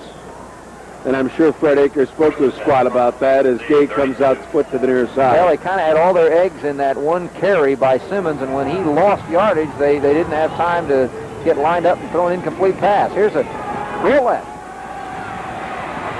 Stafford strung out, throws it back across the green. Wisely, well, maybe not wisely dropped. He would have gained about 3 yards. If Hunter could have held on to that ball, he would have gained about 3, but he wasn't going to gain much. Second down. That ball was strung out. Stafford was looking, and Hunter, of course, came back to help out, as all receivers and offensive players are supposed to do. One of the big things that's happened to Brett Stafford is the fact that not only is he more comfortable, he's avoiding making the bad plays. He does not look pretty. He's not a style, pretty boy type quarterback. He just wants to get the job done. Well, he's done the job since he has been in as a starter. Hayes in motion to the left. Stafford rolls left. The press rush is on, and bang, down he goes. Oh, my, an outstanding play by Garland Littles, the Cuero sophomore. He was in on that play all the way. He's the rover back, 6 feet, 200 pounds. Being the rover back, he can do just as the name implies, pretty much play anywhere on the field. Well, what he does, he just slides and doesn't have to worry about pass coverage at all. Again, pressure by Spadlin, and a great individual effort by the sophomore Garland Littles. But we have the quarterback Stafford having to come off the field. He apparently has injured his arm. And he's being helped, arm or shoulder. The way they're holding up, maybe it's the shoulder. Yeah, he looks like it's the shoulder. The kid is in obvious pain. Boy, that really is a serious injury. For a quarterback, that's the right arm. And he's trying to hold it immobile. Maybe the wrist. Todd Dodge from the Golden Triangle area into the ball game. Well, Todd, 3-year Letterman senior, has not been the fans' favorite here over the last year or so, but they better like him because they're going to get him for the rest of this one, it looks like. And there's a big power run by Jerome Johnson, the senior fullback. Kevin Psycho Dean making the stop. And the next quarterback we'll see warming up on the sideline will be Shannon Kelly, the kid from Houston's Memorial High School. He's thrust into the role right now of the backup. Well, it's 4th down, and so Texas will have to kick it away. As we're all set for Telchik's punt. Again, Telchik, a 3-step kicker. Brooks back deep. He gets it away. No contact. Brooks will take it on about the 37-yard line, run out of bounds at the 39. That's where TCU will put the ball in play. We'll take a break. We've got 11 minutes, 11 seconds to go in the third quarter. Texas 10, TCU nothing on Home Sports Entertainment.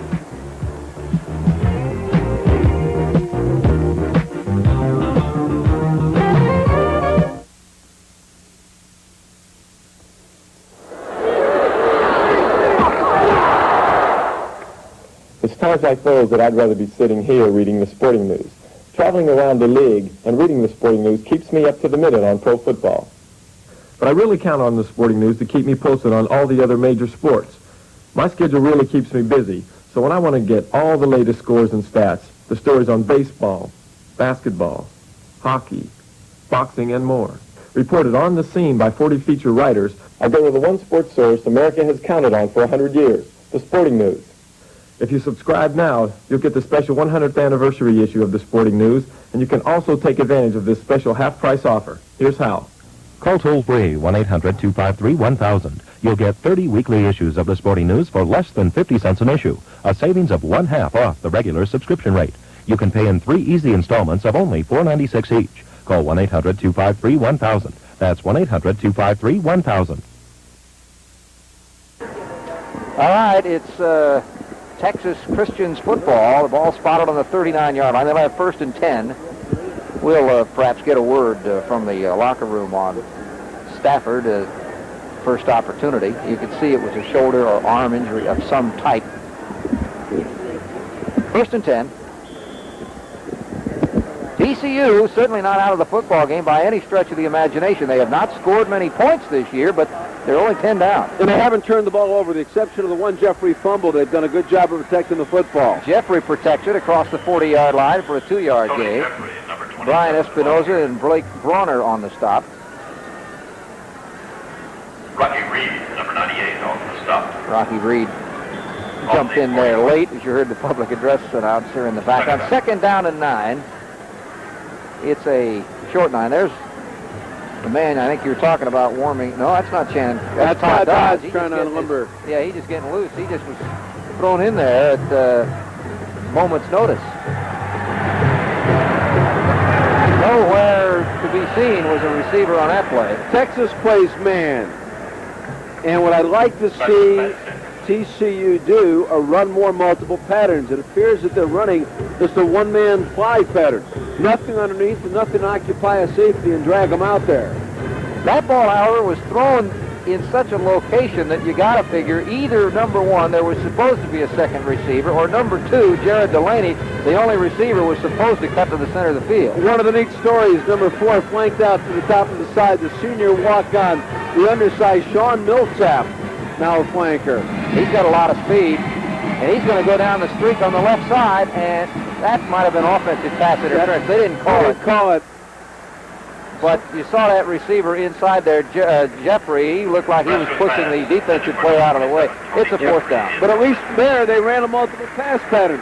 For the first time, we see more than one white jersey out in the pass pattern. That happened to be the short man, superbly covered, and you see he's back there, Ty Allard. The pass off, or the push off, was before we saw that shot. Eric Metcalf. Ooh. Two-man hit him with a vengeance. To pick up the numbers, got to give Dickinson a little bit of credit on that one. Chuck Dickinson. And number 51. Well, it'll be 1st down for Texas, both teams trading punts. I got a prediction. Todd Dodge hits a couple of passes. All of a sudden, all the geniuses that booed him will be cheering because right now, he is the main man. We have no idea how long Brett Stafford's going to be out for. He may be finished. And I'm not trying to play doctor, but I'm saying maybe. So right now, the often booed Todd Dodge, the man of the hour for the Texas offense. An offense that has been far from productive this afternoon. 1st down, 10 to go.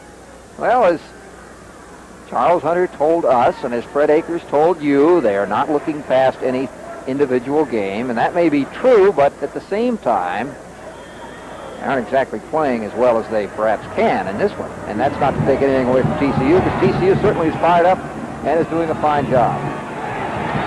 Eric Metcalf.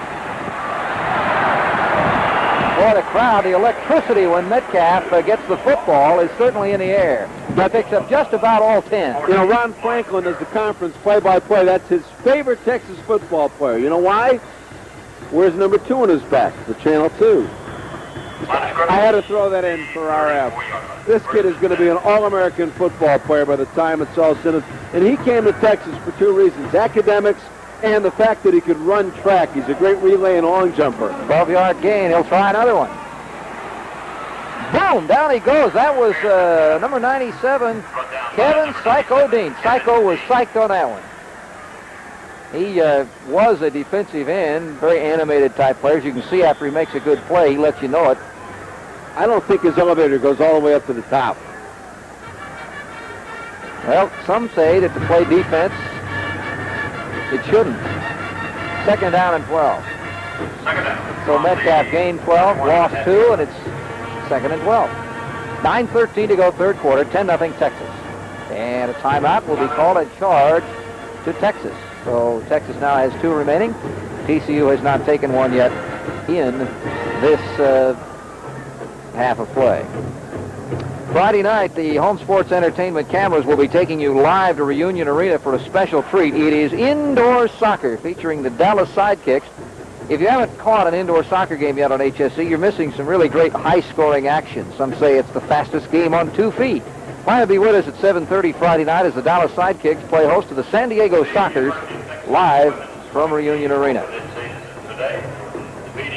You know, we got to put one thing in perspective. Todd Dodge is the backup. He is not exactly chopped liver. I mean, here's a guy who was a highly recruited schoolboy, became the first Texas quarterback in schoolboy history to throw for over 3,000 yards in one season. No, he had a tremendous, of course, teaming up with his old Texas teammate Brett Duhan at Port Arthur Jefferson. They had quite a combination. There were some surprises when he came here, I guess, because he was a passing quarterback, and at that time, Texas didn't throw the ball much at all. and he's had a good career. So he won my admiration the way he handled all the booing early in the year. Second down and 12.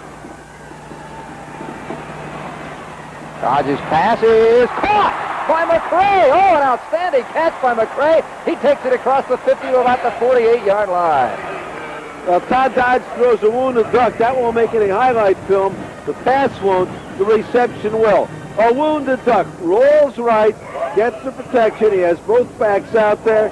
Plenty of time. Ball bobs and it waves, and here comes my man from Smiley. 1, 2, I got it. Same kid who got his bell rung in the first quarter. He's okay now. 21 yards on that pass play. First and 10. The ball across midfield. Dodge. The pressure. Got him. Back to about the 42-yard line. Some of the crowd thought that Mitchell Benson dived in a little late. Scott Harris, the man who got him, though, that counted. And that's a big play for Harris because last week in the game you and Ray Alborn did, he had a sure interception. He bobbled it, and he started to run. He saw a touchdown, saw him being a hero, and he dropped the football. Now he comes up with a big sack.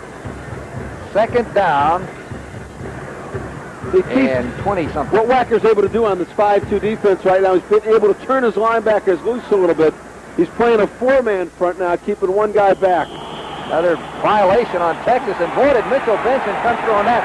He may get a flag thrown on him, however, and that's unfortunate because the penalty was going to be on Texas, and they may have thrown a second one on Mitchell. Brian Chester, the right guard, moved. Let's see if it's only going to be one flag or two. To say that Mitchell Benson is exuberant is an understatement. He is their answer to William the Refrigerator Perry. There's no question about that. He had 101 tackles and 29 sacks as a senior in high school.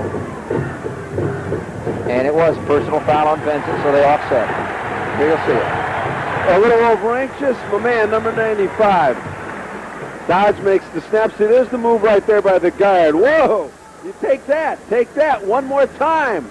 4, 5, 6, orange. I don't care. I'll fight the whole team. Well, and Dodge was even jumping in there to take on Benson, and that's a little mismatch. Red ball, false start, offense. Will now enforce dead ball, personal foul, defense. Wacker less than pleased in the far sideline.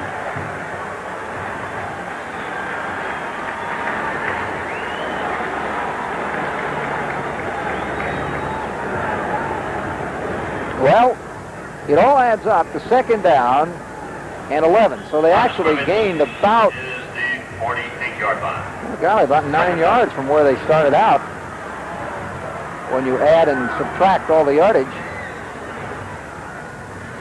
They give inside, and good running room. There's Darren Norris. Norris cuts outside of the 20. 15, he fumbles the football in the end zone. TCU football, it's a touchback.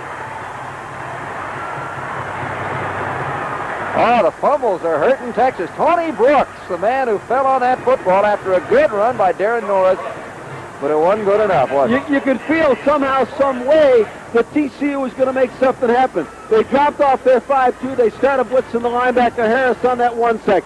Here's Morris, gets tripped up. He's the kid from California with sprinter's speed and a fullback type body. Low base, great strength in his legs.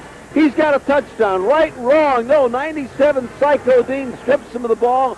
And the Horned Frogs, Terrence Brooks, who makes the start today, comes up as a hero. Yeah, old Psycho really just slapped right at the ball and knocked it loose. A 48-yard run by Norris.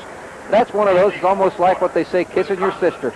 Big deal, huh? 48 yards and you fumble the football. First down for TCU on their own 20. And that wasn't a question of Texas being lethargic. These guys are playing smash-mouth football. They're playing like there's no tomorrow. This is their whole season. They upset Texas. They make their season. Brasco going deep. Nobody there except for a kid picked off by Texas and down by Tony Tillman at about the 42-yard line. That pass was underthrown. Once again, there was really only one receiver on that streak pattern on the right side, Keith Burdett. And Tillman picks it off, so that changes the momentum that fast. Bad execution, good theory. You get the ball on a big break from a turnover, strike while the iron is hot. Only problem, he didn't throw it deep enough. And once again, So, we see and one Texas plays such great man-to-man coverage. You know, they have the Mossy Cades, and they had Johnny Johnson and Jerry Gray and a host of other great defensive backs that this university has turned out. So Texas gets it back. They lose some yardage, but they got the ball back. First down and 10. Metcalf. Oh, look at those feet. He didn't gain much on that, only a couple of yards, but that was two more than he would have had. Garland Littles brought him down. He just stopped like boom and then moved out to the left. So Metcalf with another carry. Garland Littles. Second down and 8. Line of scrimmage is the 44. Ball is on the 44-yard line. High formation behind Dodge. McCray brought down to the 41-yard line. At first down. Complete to Jim McCray, number 81. They were talking to Fred Akers, before the game.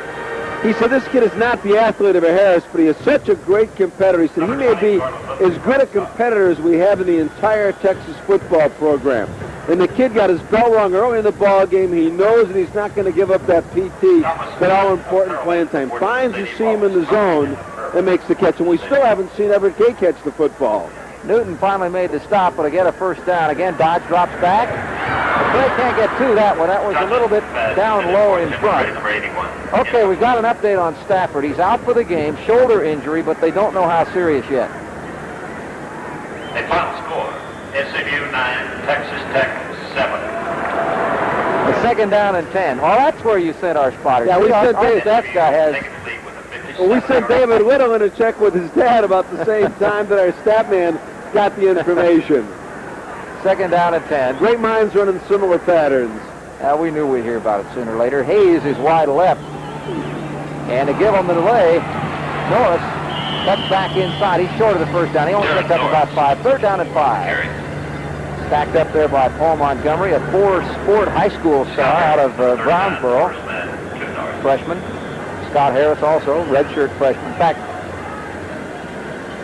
these guys don't have too many college credits behind their name that are playing for TCU. They don't have a lot of guys that shave on TCU.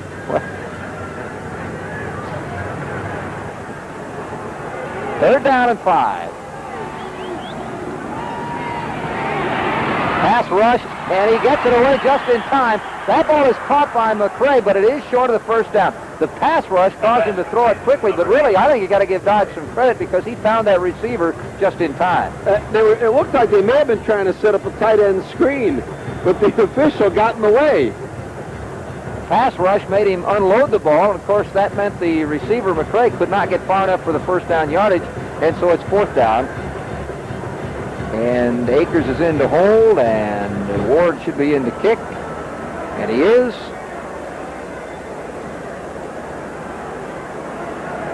And Ward, if he hits this field goal, which will, well, he won't get it up until another timeout. Texas second. They got one left now. And don't laugh right now, folks, but that could be crucial, having only one timeout. TCU can find himself in an excellent position to come back and make a football game out of this. Get a score here, tie it up with a field goal. Ward, if he hits this field goal, will have tied John Goodson for the single-season UT record of 17. He is, at this moment, 6 shy of Russell Ertzleben's school mark of 49. You got Ertzleben, you got Allegre, you have Ward. He's got a definite pro future. You know, it's interesting. Jeff missed his first 3 field goals in the Missouri game. At a new holder, now they're going to change. Yeah, he was a little upset, too. See the look on his face? He's upset about that whole thing. Coach, it's a chip shot, man. I kicked 5 against Arkansas. Well, the wind would have been slightly in his face, but the kick would have been coming from about 50, so probably not a bad change. It's fourth down and a long 2. Just about a full 3, actually. Don't rule out a fake here. Don't rule out Texas trying to do something to shake them out of their lethargy. Slippery Rock 7, Mansfield 6. Yeah, that's always a big one here. Slippery Rock wins. Cactus Pryor's been getting that score out here for years. 7-6 for all those folks that had Slippery Rock and gave the points. Well, it's still fourth down, and we still haven't gotten the playoff yet. 5:46 to go. And they did call a, delay a game penalty. That's just going to give him more room to punt. If he's punting, it doesn't really make any difference. In fact, it's better. Still fourth down. Well, except it takes away your chance more than likely for a fake. TCU gets the break when they get the fumble in the end zone. They give the ball right back, but Lasco's first turnover does not come back to haunt them. Quite a disparity from last week when his first 3 turnovers on the interceptions all cost him touchdowns. Kelchik's punt, straight up in the air, and he's aiming for the corner on the far side, and he is going to come about as close as you can get. Inside the 10 at about the 8. So TCU with poor field position, but does have the football. They trail by 10-0. 5 minutes and 34 seconds to go in the third quarter. Greg Lucas here along with Barry Warner. There's Jim Wacker and David Rasco. Greg, this to me has got to be the key series for the second-year freshman from Houston's Westchester High School, David Rasco. They got to get some points on the board. You don't want to go into the fourth quarter with a big goose egg. Got 5.5 minutes before the end of the quarter. I'd like to see him put the ball up in the air more. He was a little underthrown on that ball that was intercepted. But again, if he runs multiple patterns, he may have a shot at getting something with a man underneath, trying to clear out part of the field. 10-0. Texas. There you saw the score. Now TCU with the football. Rasco with his Davis-Jeffrey tandem backfield behind him. Gives the ball to Jeffrey, and he's stacked up right about the line of scrimmage at the 10. Jeffrey's not been able to break much of anything. Thomas Aldridge coming in to make the stop. Thomas a backup right end behind Blake Bronner. You know, TCU, I said not breaking anything. The longest run really for Jeffrey this year is 26, and there's the total rushing yards. And there's a semi-break by Bobby Davis, but only actually about a 5-yard gain. Davis has had some running room. Richard Peavy on the stop. Davis broke one for 50 yards against Rice. He may have fallen on the football. He'll be all right, I think. You know what's interesting about the Texas Longhorn defense? There's always been a tradition of Texas having great tackles. I mean, from the old days when Darrell Royal coached them, and they had in the 70s with the McMichaels and the Brad Shearer and Doug English, Kenneth Sims, Tony DeGreat last year. No great studs in the middle this year. Just a couple of workman-like guys. They got Llewellyn, that Steelhammer, who's been injured, the Adams kid, Espinoza, and they've really done a marvelous job. See how that left arm flapped out there? I think that's what he hurt. I said he had the wind knocked out of him. He may have, same old thing, could be a shoulder. In any event, Davis comes out, and I believe Bradford came in. There's a pass. Rasco knocked up in the air, incomplete. That was intended out on the flat to Jared Delaney, but Mike January got a hand on it and knocked it down. January's a good all-around athlete as far as football goes. He was a running back in high school, a top one, and a tight end as a sophomore and junior. Hands up. It's a drill they always practice. So important, though. Man's got his hands up and deflects the pass. Becker will punt on fourth down. Metcalf's going to have to run a little bit to get to that one. In fact, he won't get to it. And it is taken out of bounds on the far side at about the 47, but they're flags. Yeah, it looks like Big Ed Cunningham and Becker got into it a little bit. See if there is a call. Personal foul, the preliminary call, and it is called against Texas. That's the preliminary call. Same old thing. It's when it took place as to whether or not it was on the punt or a dead ball. We'll see. Fred Akers just staring a little bit of disbelief on that particular call. It looked basically like incidental contact was made. 10-0 to score. Texas on top. They scored a 48-yard field goal and a fumble recovery in the end zone. One of their own fumbles, that we might add. They was recovered in the end zone. That all in the first half. And And the football's coming back, so it will be to TCU's benefit.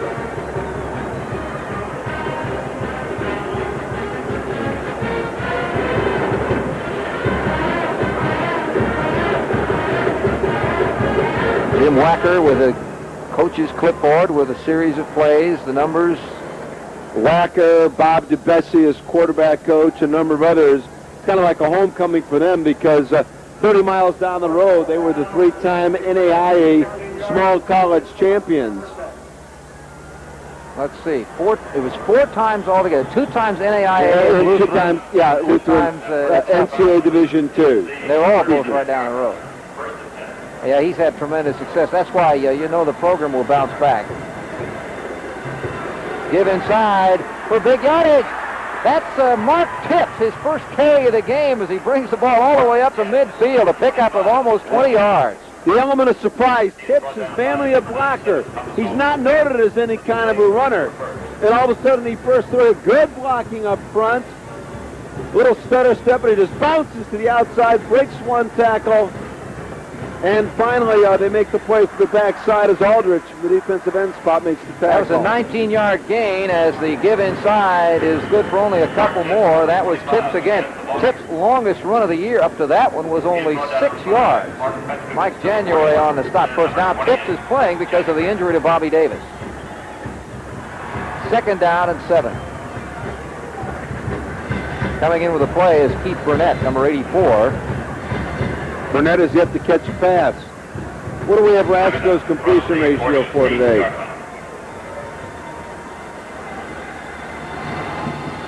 We'll check that in just a second. 2nd down and 7. Rasco's going to try one.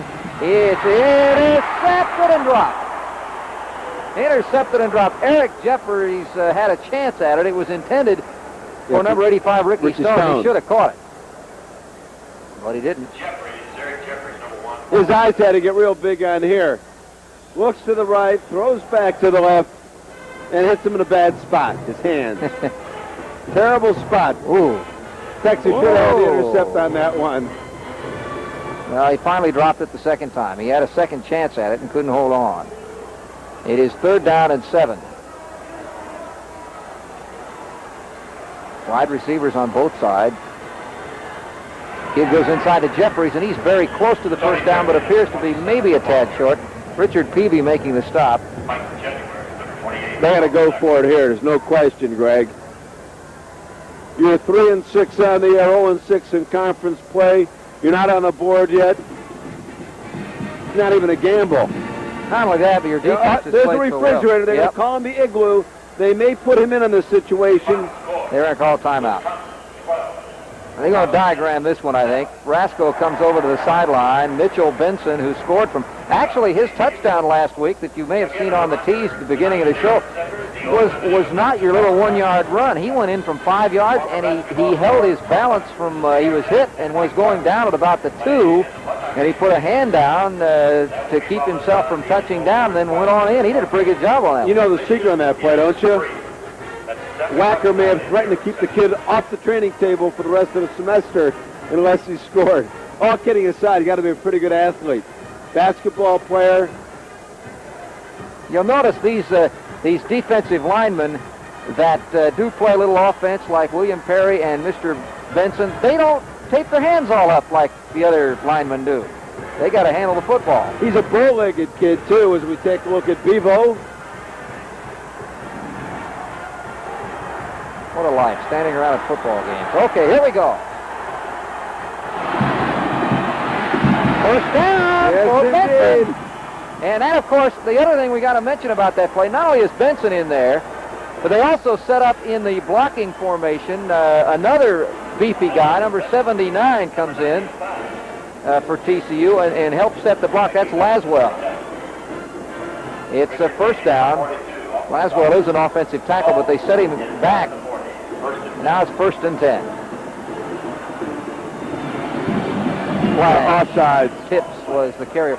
You know, the thing about those plays, Barry, a lot of people are saying, wow, what a great idea. Why didn't they do this in the past in football and that sort of thing? Well, they've done it before. And it's kind of a phase and a cycle that people go through. There have been running backs that maybe don't weigh 288, but remember Mr. Johnson of Ohio State and the pros for a while? He was a big guy. The difference is... Pete, I never missed a meal, Johnson. Well, but the thing is, you judge him differently. He's supposed to be able to do everything a running back is supposed to do. Guys like Perry and guys like Vincent aren't supposed to. They're only supposed to do little things. Sorry that I interrupted the official there. This drive started on the 8-yard line. First and 10 on the 8. Of course, the penalty kept things alive when Cunningham messed with the kicker. First and 15. Oh, the sack is on. That ball's loose, but he was down. He was down. He was down at about the 46-yard line. Mike January has played a fine second half. Was one of the people coming in along with Espinoza off the defensive line. And we also saw Thomas Aldridge, number 97, on the play. They were all contributing to the pressure and the McKinney got in there, Ty Allert, a whole host of people. And that didn't happen just by accident. David McWilliams, the outstanding defensive coordinator for Fred Akers, picked and chose his spot there. Brasco is 5 for 14 for 59 yards. Of course, now you knock off 10 yards on that sack from his net yardage. Overthrown. He had a receiver. There was about triple coverage, but Burnett was the only one back. And the ball was overthrown. Lucky he wasn't intercepted. What TCU has not done, with the exception of that one pass to Davis in the first quarter, they're not faking deep and sending a back out into the vacated area. If you're double and triple teaming, somebody's not home in the middle. And they have not thrown any tight end delays either. You know, we talk about that 5 for 14, which is now 5 for 15, but he isn't throwing easy passes, as you point out. He's throwing one receiver and deep, and those are hard to complete. Third down and 25. Yeah, they're just going to fake it and keep it and kick it away. That was a good fake into the running back Jeffrey, but Brasco wasn't going to pick up 25 more than likely. Peavy and Jeffries teaming up on the tackle, and TCU will have to kick it away. Again, though, by the time that Texas gets their hands on the ball, it'll be less than a minute to go. TCU has gone 3 quarters with nothing but a goose egg on the scoreboard. High punt. Metcalf's going to let it go in, but it isn't going to go in, and TCU downs it inside the 10 at about the 7-yard line.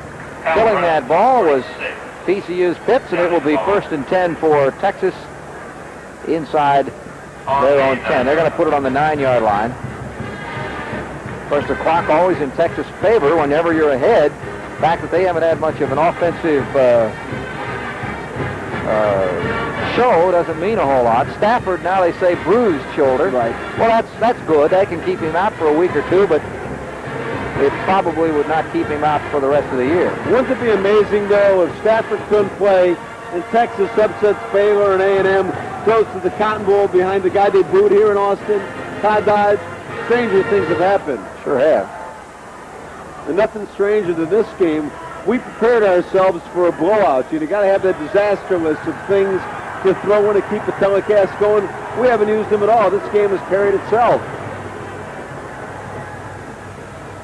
Pitch back to Metcalf. He's looking for a hole. None there. Oh, none there at all. Pinching him in, Garnell Littles and Philanda Newton were able to pinch that one off. They covered their positions and didn't react to any fakes. Philanda Newton's got to be one of the best names in college football. There's another guy that was quite a basketball player. He averaged over 20 points a game in high school. 6'3", 193. So Mitchell Benson, Philanda Newton, they both averaged over 20 in high school and playing football with TCU. Second down and 6. Give to the fullback.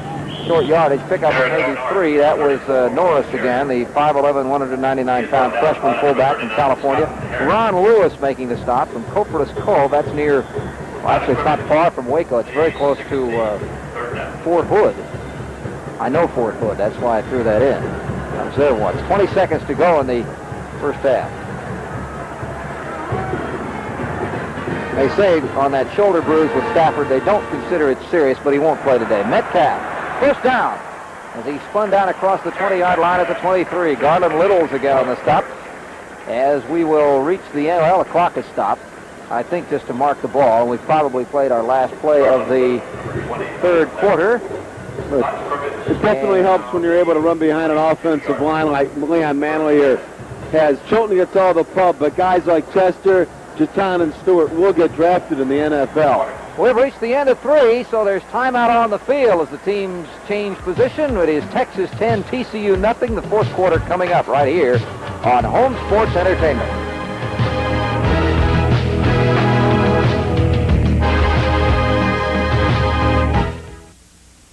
You and me, we speak the same language. We're in business to make a profit, right? So don't throw it away. Call Sprint. They'll give you a package of services that'll save you money on every kind of long-distance call. Watts lines, private lines, even calls made away from the office.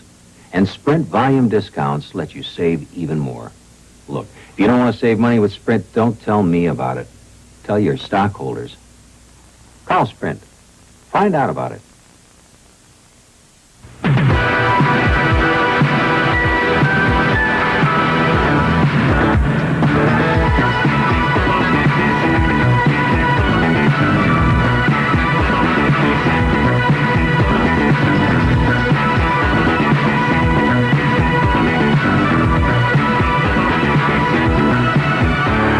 The Mavs at Reunion Arena, only in the Metroplex on HSE, a new tradition in sports.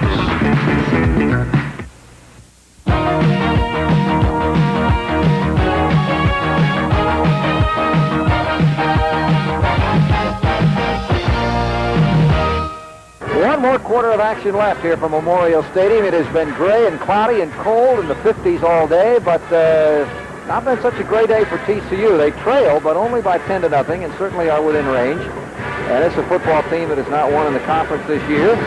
All sorts of turmoil. On top of the people that, of course, were dropped from the team, Barry, this team has had injuries left and right. Oh, there's no question. Jim Wacker ended up playing a lot of kids that he thought were going to be human blocking dummies, and now have ended up being an integral part of his football team. And heck, there's one senior on his defensive unit. Texas has the football. Dodge the quarterback. The give, again, to Metcalf, is getting the ball quite frequently here in this fourth quarter, third quarter and fourth quarter now. Pickup of 8 up to the 30-yard line. Second down and 2. Metcalf's a freshman out of Arlington, Virginia. Very quick feet. We saw that earlier when he stopped on a dime. Longest gain coming into this game was 18 yards against the University of Houston. 30-yard line. Second down. Second down and 2. Going out wide, top of the screen is Russell Hayes. Down at the bottom is Everett Gay. Gay, again, has not been a pass receiver. They don't really have to throw the ball now. They've got a lead as long as they keep running it. Metcalf's throwing out outside. He cuts the corner. That's going to be the longest run of his college career because that's going to go all the way. Eric Metcalf, touchdown.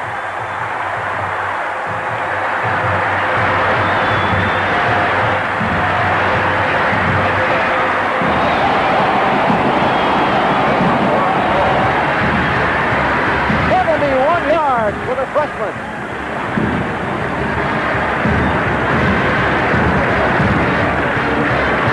This kid is definitely going to establish his own identity. He is not going to be ended up 4 years from now as the son of Terry Metcalf. He is going to be Eric Metcalf. A great, great move there. He is going to be Eric Metcalf like it was Eric Dickerson. He's got that kind of pedigree. As the kick is down, it's up and good. A great block there by number 34, Norris, that really sprung him loose. He tightropes the sideline, and he's got that overdrive, that extra gear. Okay, Dodge just hands it off. He was going to try to hit the 4-hole, bounces to the outside, escapes one tackle. A good block on Philander Newton. Now watch, here comes my man Norris with a hellacious block. Goodbye, last Horned Frog. It is off to the races. And he shows why he is also going to be a track star here at the University of Texas with that great 4.3 speed. 71-yard run on that block on Philander Newton. He was down for a while. They finally had to help him off the field. And there you see Eric Metcalf. 7 carries, 100 yards. 71 of them on 1 carry. There's only a matter of time before he was going to break one with his acceleration, his ability to just turn it on the dime and cut upfield. Texas now with a little more breathing room, 17-0 in the fourth quarter. Now we could see a blowout. I mean, from here, they come up with an interception, take one in, then it could be a rout city from here. But TCU has played a whale of a football game. There's no question about that at all, folks. All set for the kickoff. Ward will kick off. And it's Brooks and Petrie back. So this forces the game plan now. Also back is Allen. TCU is going to have to put the ball up in the air. Back Allen will take the ball on the 3. Up to the 20, up to the 21-yard line. Tony Allen on the return, about 18 yards to the 21. It'll be TCU's football at this point. This definitely takes Jim Wacker's ball club out of sync offensively. They no longer can afford to set things up and try to be patient. Rasco has got to go and get some points on the board. Well, in past games when they've had large deficits, you haven't really noticed a whole lot of change in their method. Now, this is not as large a deficit, but it's still awfully big for the final period. There's an example of this, to give inside to the running back, first man through. That was Tips. And TCU has not got the ball to Barnett all afternoon. Espinoza and McKinney pinching on the stop. Second down, gain of maybe 1. Burnett will come in with the play. Maybe he's going to tell him to get it to him, huh? Jim Wacker's teams, of course, he played college ball at Valparaiso in Indiana. He's a native of Detroit. Second down and 9. 113, 45, and 3 coming into this season for his college coaching career overall. Another short game. Jeffrey on the carry. And again, this is a pattern that we've seen, Barry. They just don't seem to be concerned. It's almost as though we know what we can do, we know what we can't do, so it's foolish to try something we can't do. That's just the way it looks. 5 plays, 91, 205. I'm not knocking Wacker's, theory. But to me, you want to try to get these guys back into the ballgame. One side says, let's not make it worse than it is. Yet, to me, let's go for broke. Let's do it. Get it done. Well, they're going to throw here on 3rd and 7. They shot it inside, but not enough for the first down, only about a yard gain. So on a play they needed about 8 or 9, they got about 2. Richard Peavy making the stop on Gary Ford, first time he's thought about it. So that's inexcusable to me to run that short of a pattern. I mean, if you throw it upfield, you still run the chance of getting a pass interference call. 17-0. Chris Becker back to punt, 39 yards his average for this game. Metcalf is back to receive it. He's having to back up. He's got room on the left side. If he cuts inside, fumbles the football, but it'll be retained by Texas. It could not be picked up by TCU before it went across the sideline. So TCU will have the football on their own 32 or 3-yard line, 1st and 10, leading 17-0 with 12:06 to go in the ball game. Eric Metcalf. I think I said Terry last time. Eric Metcalf. Well, you mentioned Terry. Terry broke down a lot of film and studied a lot of film of various Texas offense. Heard all sorts of spiels and all sorts of propaganda. Was impressed by the fact that Akers undersold. Sold first, come to Texas with his tradition, where you get a great education. But I can't emphasize enough about the track program down here at the University of Texas that really helped clinch it for the Metcalf family.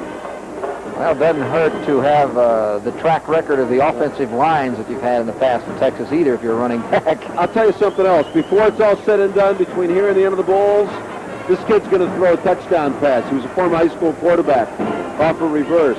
High formation for Texas.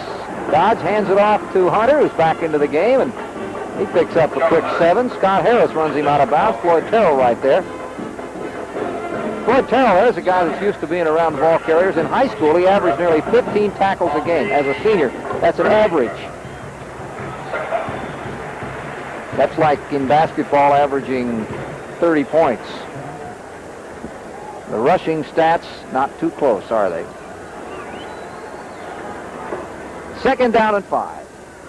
71 of those coming on one run. Hunter, short of the first down. He picks up about 2 or 3. Again, Harris ran him out. Harris is a hard worker. You know what he's doing wrong, though? He keeps running out of bounds, and that stops the clock. Texas just wants to get out of this thing.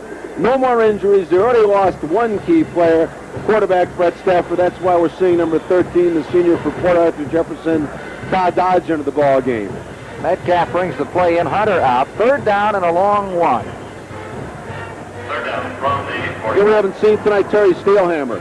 He's made some deep snaps, but Akers resting him right now, letting Espinoza and Adams do the job of the two technique at the tackle. Yeah, Steelhammer had he was hurt a little bit last week, and he could have played more, but again... We haven't seen William Harris and haven't seen Donovan Pitts. 3rd and 1. A long one. The give to Metcalf, 1st down, and about 3 more as he struggles out across the 45-yard line to the 47, where he slides across the end line. Metcalf has outrushed the Horned Frogs. Number 78 off the stop. Here's the freshman right now with his 104th yard of the afternoon. Breaks it to the outside and goes out of bounds. And Metcalf had been averaging 17.3 a game, only 3.4 per carry, so this may be a game that really will turn him around. He's been playing well as an all-purpose back, not just a running back. Dodge in trouble, big trouble. Big trouble. They about made a wish with his 2 legs that time. Well, you saw Floyd Terrell in there. You saw Spradlin in there. Garland Littles. What you also saw, too, was the experience of a senior. He didn't throw the ball up. He had Hayes open. He could have said, hey, we're up by 17. Let me be a hero and go for broke. Let's not turn the ball over. Let's get out of here with a W. 11:16 to play. 17-0 Texas. 6 sacks for the Horned Frog defensive unit. And a flag too close to the sideline. Texas being moved back off the sideline. The players were too close. Look, I'm not taking anything away at all from the valiant effort on the part of TCU, but it's obvious that Texas came out today flatter than a pancake. You can talk all you want about seriousness and purpose, about not looking back. So you got to be behind that white line. Only the coach can be out further than that. And those white lines go down between the 30-yard lines, and you can't go down any farther than near the goal in the 30. It's a restraining area. Of course, on the other side of the field, it's extremely important. That's where the chains are. They have to have room to operate. This side, on the auxiliary marker. Give on the delay to Norris, the fullback, as he's tripped up at about the 33-yard line. Mitchell Benson, the big defensive tackle, got him around the ankle. That's what we talk about big. We haven't heard too much of Trent Edwards, the freshman from Worthing. Well, he was replaced in the starting lineup by Ron Lewis today. He has played, and he's been on some tackles, but he has not been in as much. 3rd down, 25. That may have been a quarterback draw, and there was no place to draw it because the way he dropped back and he wanted to cut forward, but there was no hole at all. And you're right, Spradlin, he's had a pile of them. He's sort of like the Bill Bates of TCU. He's a kamikaze kind of guy who's played anywhere that Whackers want him. He played his freshman year as a defensive tackle on special teams. 4th down. 4th down from the... Texas will kick it away. These punters have kept the old leg warm because they've been very busy. Tony Brooks, number 15. Celtic will punt. Brooks back. He'll take it in the neighborhood of the 20-25-yard line. The officials have a timeout. Clock stops. Got to change football. Steelhammer making the snap. That's the only action he has seen.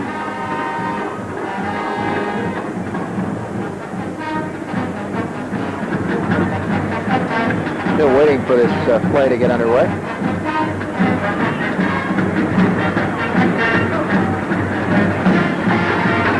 And the kick is up. Coming down to about the 23-yard line.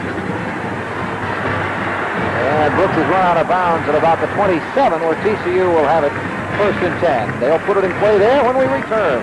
9:20 left. 17 Texas, nothing TCU on Home Sports Entertainment.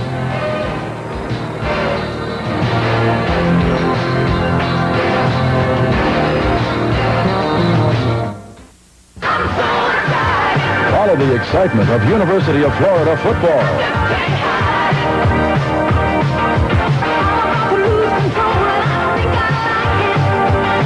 From the opening kick to the final play, all the hard-hitting action of one of college football's top teams. Watch the Gator football replay.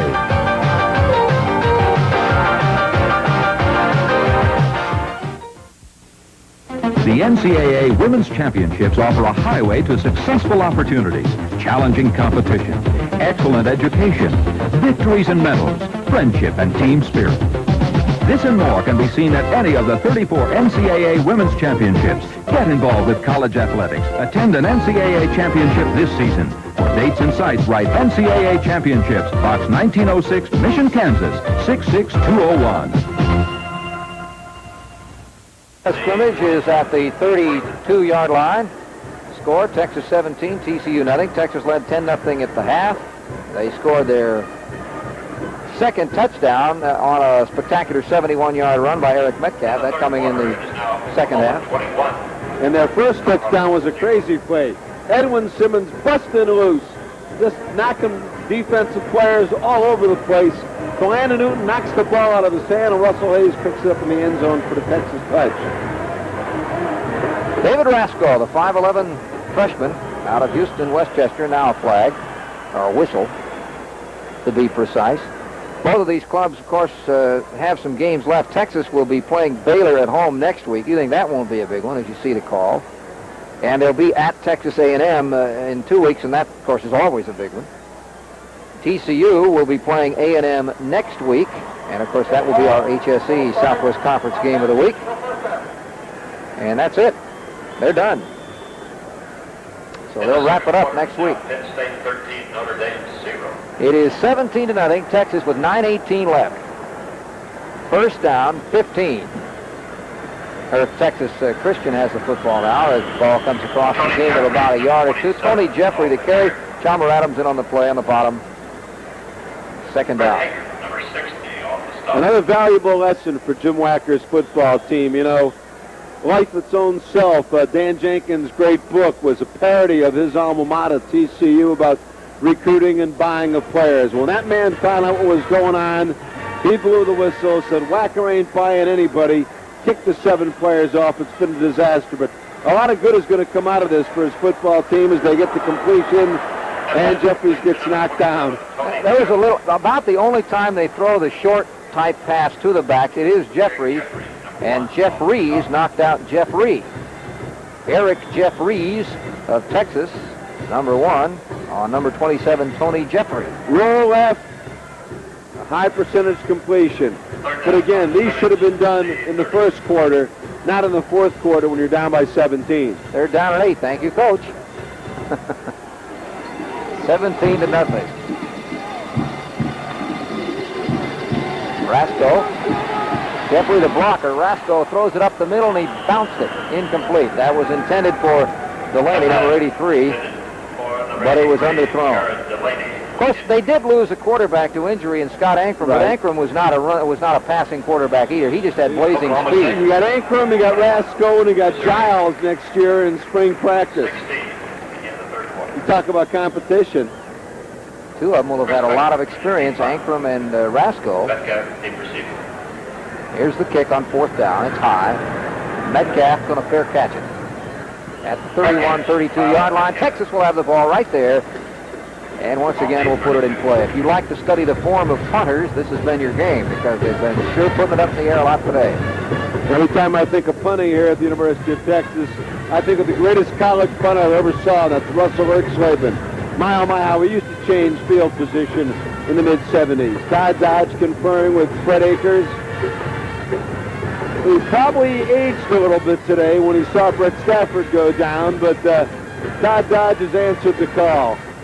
Well, he's in the situation now where it's really not hard to play quarterback because you've got a 17-0 lead, 7:53 to play. If you can hand off, you can play quarterback. Good crowd at Memorial Stadium today. Some empty seats, of course, down in the one end zone area and in the extreme corners, but considering the weather, I would have to say it's a fine crowd. It's not Texas football weather. It's more like Minnesota in September. Underthrown and intercepted. Well, that was a surprise, wasn't it? They threw the ball. I'm surprised. Well, I told you about Donovan Pitts. They went to him, And the man who got it was Ricky Rugeley, and I'm really surprised. I'm kind of stunned. I guess that's why I have nothing to say. Why are they throwing here? Well, just to kind of let the world know that Dodge still has got the ability to go deep. In that case, it's not deep enough. Was intended for Pitts, who did get in. I guess he wanted to play, huh? So if you get him in there, run him deep. All right, here we go. It is 1st and 10 for TCU. Is the give inside again? That's about as surprising as... no, it's not as surprising. Well, to me, they could come out, Greg, and run a trip formation, put a couple of guys in the slot, and try to stretch the defense.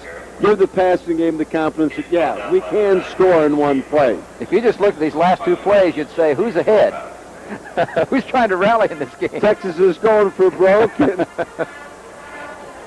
it's Texas that's ahead, 17-0 with 7:17 to go. Sean Millsap and Delaney both wide left.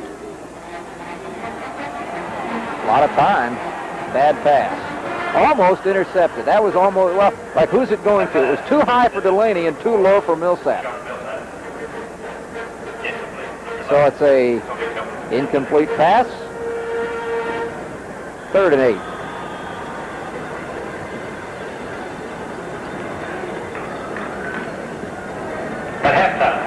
And let's see, coming in with a play is Keith Burnett, the Houston Yates ex. There's quite a speedy guy. Doesn't have the greatest hands, but he's working on them. Got a lot of speed, but he hasn't been a receiver today. Until now. Did he catch it? Nope. No, I'll tell you what, he looked like he had pretty good hands on that, because that would have been an outstanding catch, and he had a chance at that one. He would have probably been out of bounds. Let's see, we may have an ISO on this one. He runs an out pattern here. Plants, cuts. Where's the football? Rasco's timing on that was not good. Yeah, he would have been out of bounds, I think, if he had even had caught When it. the receiver made the cut, that ball should have been released. He waited until after he made the cut and read it there. But that just comes with timing. You got a freshman quarterback. 4th down. One of our lower punts, and short. And killed by TCU at the 38-yard line. Texas will have it at their own 38, leading 17-0 with 6:49 to go. Next weekend, we'll be taking you up to Fort Worth and Amon Carter Stadium as the Horned Frogs take on the Texas Aggies. That's the final game of the year for TCU. The game with important ramifications, certainly for A&M's bowl picture. We'll have it for you on a delayed basis next Saturday night at 10:30, and then Sunday at 9 o'clock. That's Texas A&M versus TCU next weekend on HSE. 21, Purdue. We may be kicking this one over again. Flag down on the 22-yard line. Well, I'd like to see another punt. Okay, I mean, what about the 20th one of the game?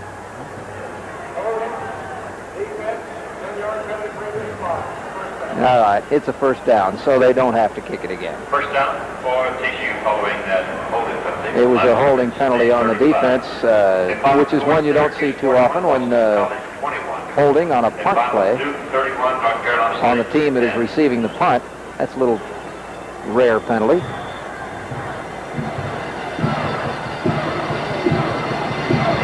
Rasco going to keep it and get good yardage with it. Down to nearly the 1st down marker. He's up to the 45. Richard Peavy and Eric Jeffries on the stop, but Rasco picks up at least 9. And if you're watching at home and wondering why number 6, Stephen Braggs, never came up and made it, he had the pitch man in that case. See, he'll slice inside the corner here. Burst it up. There goes the corner. His method right there is to take the pitch man, regardless of whether he could have the tackle or not. Well, it looks like they lost a yard on that mark, too. That ball is carried up for a 1-yard gain. It'll be 3rd down and 1. I was just watching where he went out, and then when they put the ball in play, and it looked like he lost another yard. There have been some marks today. McKinney and Hager in on the tackle. But, well, here's Mr. Yeah, the refrigerator. They're calling what, the igloo or the ice box? Yeah, I think the ice, or the igloo maybe. Igloo. Yeah, I think the igloo. Well, there he comes. Mitchell Benson, 288 pounds. Marked up from 265 when the media guides were printed. Timeout. Oops, he wants timeout. Yeah, he probably wants to get some rosin on his hand in case he wants to throw the ball. What do you think? I don't know, but I don't think so either. Jim Wagger scratching his headset there. That leaves them with one timeout. TCU with one. And Texas has one. 6 minutes and 6 seconds remaining. Last week, Wacker's doing his coach's show, and the scoreboard out there, and Tech kept looking like a computer at some video game. He said, I want to just call him in with David Rowe and play Super Frog and forget about coaching and just escape. You can't help but love a guy like that. I mean, he's taken a lot of reps. He wrote a letter to all this conference coaches about cheating. That fell on some deaf ears. He's come out with some things. A lot of folks were called him very naive and stupid for turning, Davis and the other kids in. But you have to admire a man who stands by the courage of his convictions. He's trying to make football fun, as we're going to see right now with Benson. And that graphic definitely tells the story. 1 out of 13 on third down conversions. And the one they got, Benson doesn't care. Instead, the quarterback, Rasco, does, and they use Benson as a decoy, and Rasco gets the first down. Allard on the tackle, but not before they picked up the first down.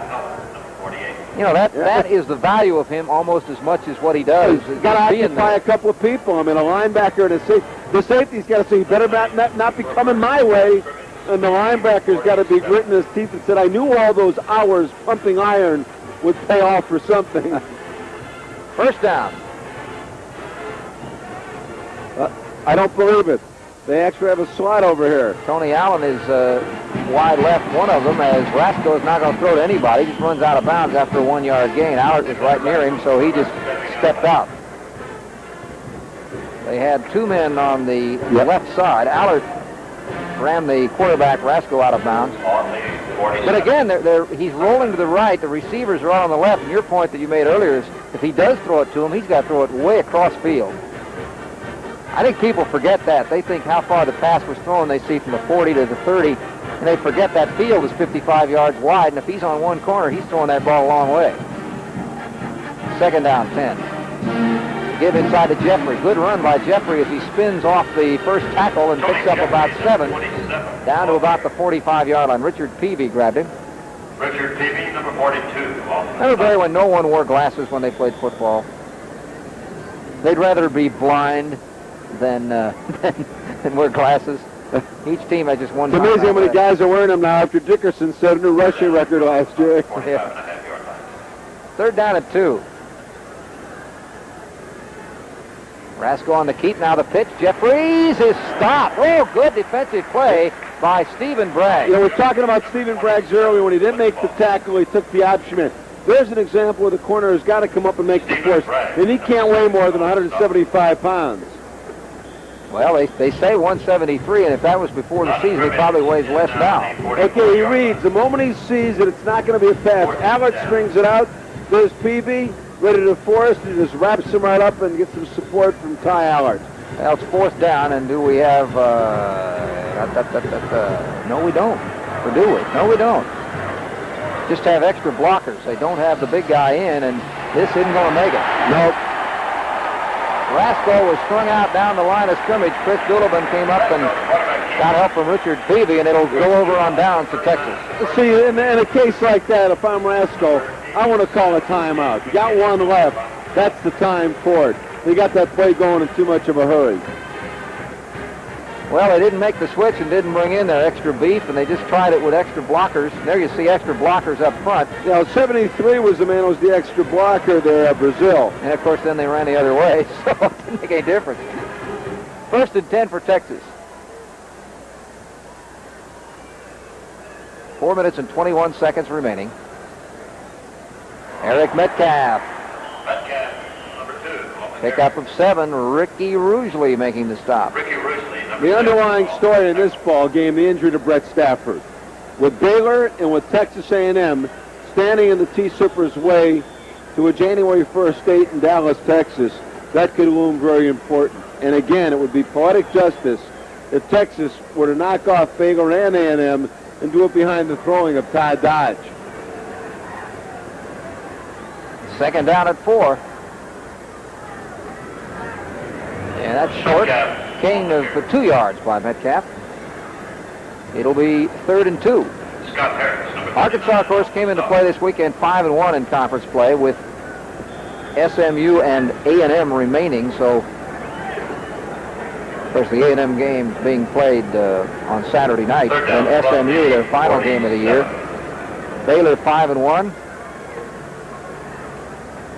A&M, Arkansas, TCU, and Texas. Arkansas game, of course, being played Saturday night. And the other two, they got a test. First down for Metcalf and more. Quick, speedy feed as he picks up about 8 yards. He's going to have a lot of defensive coordinators taking deep breaths by the time it's over. You know, the kind that he touches the ball and you go, I hope this isn't the one where he just bursts it up the middle. Here comes Gene Shelton out of the ball game. Champagne will go into play center. Looks like it's a gimpy ankle on the part of Metcalf. Tries breaking it to the outside. Notice the glide he's got when he ducks that shoulder in. You just tell the natural gait he's got as a runner. Yeah, he got kind of twisted over. You could see that ankle was twisted over. 123 yards in the afternoon for Eric Metcalf. And he didn't carry the ball, I don't believe, in the first half at all. The first carry was in the third quarter. Did that on 11 carries. The big one, of course, the 71-yard touchdown to put this football contest out of reach. As the Dad's Day crowd of about 70,000 here in Austin gives him a big hand.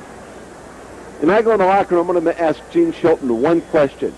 If he has petitioned Fred Akers to be, he was Gene the Coke machine because they said he was so strong he could bench press the big Coca-Cola machine down there in the weight room. I'd like to see if maybe they're going to put him in once, and he could be, instead of the refrigerator, be the Coke machine. Sounds like a good idea. Hunter, first down. Crossed to about the 27-yard line. You know, the impressive thing about Hunter is he's got great vision. Everyone talks about the speed and the quickness and all that, but he sees defenses, he reads. He comes in, he just checks right there, bounces back, and again, he looks to the outside, always looking to see where pressure is coming. No one does it better in football than Tony Dorsett of the Cowboys. Garland Littles and Rusley finally stopping him on the play. 1st and 10. Ball is on the 27. Hunter again. Bang! Down he was, brought behind the line of scrimmage, and a very happy Kent Trammell. Dropping number 26, Charles Hunter. I'll tell you can't help but admire the enthusiasm. These guys are getting their brains beat out. 63 points last week, 51 against Baylor earlier, and these guys keep coming up high-fiving and doing their little dances. You gotta love college football for the enthusiasm that it brings.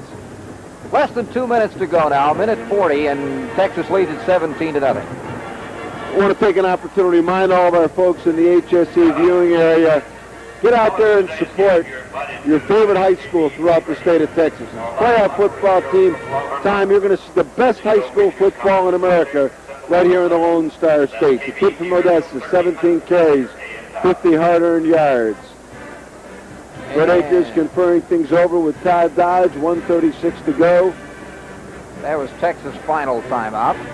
This time it didn't go make any difference, and as we pointed out, it didn't really make any difference the fact that they didn't score, didn't get the clock stopped in the first half, as it turned out. It's just one of those what might have been important plays.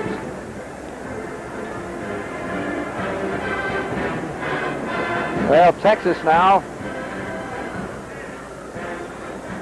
has the games left with Baylor here, their final home game, and A&M. Now that obviously is a very tough road to hoe. They have to hope that one of their arch rivals, perhaps SMU, can knock off Arkansas, or perhaps they get good word from the game Saturday night. There's the remaining Longhorn schedule, the Baylor Bears, and then at the Aggies. And I'll tell you, that's tough. Play incomplete again. Surprise, surprise, as they throw the ball. It was intended for Monty Daly, the El Paso senior, with 1:31 to play. A reminder that the Ex-Student Association is located directly across the street from the stadium. I want to thank our entire crew, of course, especially those of us that have been outdoors freezing to death all day. All Texas and their guests are welcome. Got a good view here in the broadcast location at Memorial Stadium. It's just that it's outdoors. Yeah, we're fortunate, though, that there was no rain today on us. even though we got the overhang, the way those winds can shift. Again, they set up the screen pass out to Hunter. I'm a little mystified, but, you know, I've seen so much in college football this year, Barry, that doesn't follow the so-called book that I guess I better quit being mystified. And it appears right there that's what Fred Akers wanted. He put his hands on Todd Dodge's shoulder and gave him a couple of plays there for the last minute of the ball game. Could he have possibly done that to set up, hoping they'd be incomplete, to give his field goal kicker a the chance? kid's going for record. Yeah, I don't know. Plus the fact that gets Mama Akers off his back. See, Danny gets some playing time every time because he's the holder. Jeff Ward going for his 17th field goal, 49 yards, flat, line drive, good, he got it. He's so laid back, though. He just kind of looked at it nonchalantly and got up, instead of giving a high five, gave a low five to Danny Akers. So Ward, with his 17th field goal this season, ties the all-time single-season Longhorn record set by John Goodson. Watch his reaction here. There's the kick. Little knuckleball. Yeah, Akers is jumping up, and Jeff goes, yeah, so what? That's what they gave me a scholarship for. I'm supposed to do that. He had 5 field goals versus Arkansas, of course. That was the difference in that football game. His dad was an ex-NFL official, Ed. And I don't know, we might, it's kind of late now. I should have mentioned this during the course of the game, but if you catch him on the sideline, he's usually off by himself. No, that's not him. That's Bevo. Always one guy down in the truck that's going to try to bag us. Now, he is normally off by himself, too. Yes. What does Bevo think about these football games? You got to think. I mean, here's your big Longhorn steer. What the heck am I doing standing out here? And especially every time they shoot that darn cannon. Yeah, but it's better than last week in the game you did at TCU, where at Tech, where the SPCA and the Humane Society was going to arrest that poor horse. Allen will bring the ball off on the kickoff. Tony Allen is strung out, and he's brought down about the 15-yard line. 1:13 left to play. And TCU will have the ball for what more than likely will be one last time. 20-0 the score, Texas.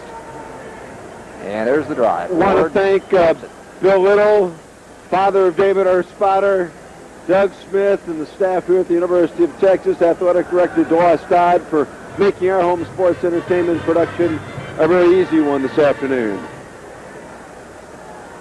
First down. Rasco going to throw it. Little screen. He's got his man. That's Ford. And he picks up about... Take that. That was not the number I thought it was. That was Stokes. That's Stone. Stone, rather. I'm sorry. 85. Yeah, he's the kid who dropped the third down pass earlier that bounced off his hands. Must be late in the game. 41 seconds to go. Another screen. This one out to Tips. Uh-oh. Where's he going to go? Nowhere. He ran right back on the teeth of it. He lost yardage on that completed pass. Thomas Aldridge, Eric Jeffries in there. There you see the tail of the scoreboard. 227 yards rushing for Texas, 53 carries. They didn't really throw the ball all that well. They threw it. They didn't really have to throw it well the way things went today. This may come under the category of winning ugly for Texas, but it was a big win for them in the sense that with the exception of the injury to Brett Stafford, they come out of the game unscathed. They get an opportunity to rest Steelhammer, Llewellyn, a couple of other people on their defense, get ready for crunch time the next 2 ball games. And they keep, of course, the opposition off the scoreboard. David McWilliams will like that. Well, you know, big time. Texas has given up some points this year in some games. So, well, 44 to SMU, for instance. Tech got 21 on them when Tech in the second half discovered their new offense, which they had not been using all year. The second half they got 21. Houston got 24 off of them. Stanford got 34 off of them. So they've given up some points. So their defense will be pleased certainly to throw a shutout. 28 seconds left. Texas 20, TCU nothing. We'll see TCU again next week. They can actually build off of this, despite the fact that it's going to be a defeat. They have played the Longhorns at home well. And that ball's caught by Delaney, and he steps out of bounds just as he catches it. 5 seconds expire on the clock. Eric Jeffries. 3rd and about 3. Eric Jeffries bounced him out. This would be the first shutout for Texas since 1972 when Houston beat Texas, or when Texas beat Houston. I said 72-82, and that was a 50-0 shutout. And by the way, we also might mention that, of course, this would be the 8th win of the year for Texas as they measure for the first down, and they got it by about an inch. This also would make 18 straight victories for Texas over TCU. The last time TCU won was back in 1967 in Austin anyway. That was 24-7. A real heavy, one-sided series.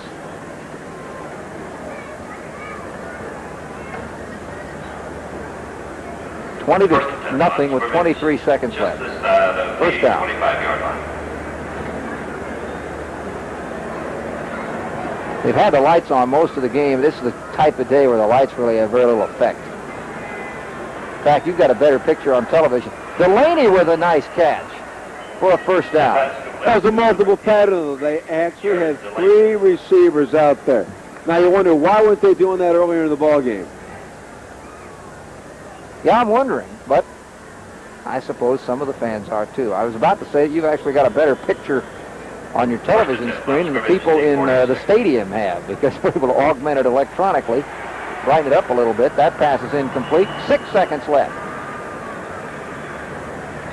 That pass intended for number 25, Mark Tibbs. Well, like Don Geist, our director, and of course Bob Steinfeld, our producer, and all the rest of the people on the HSE truck. You will see some of those names. You'll see all those names in just a few moments. 20-0 here with 6 seconds.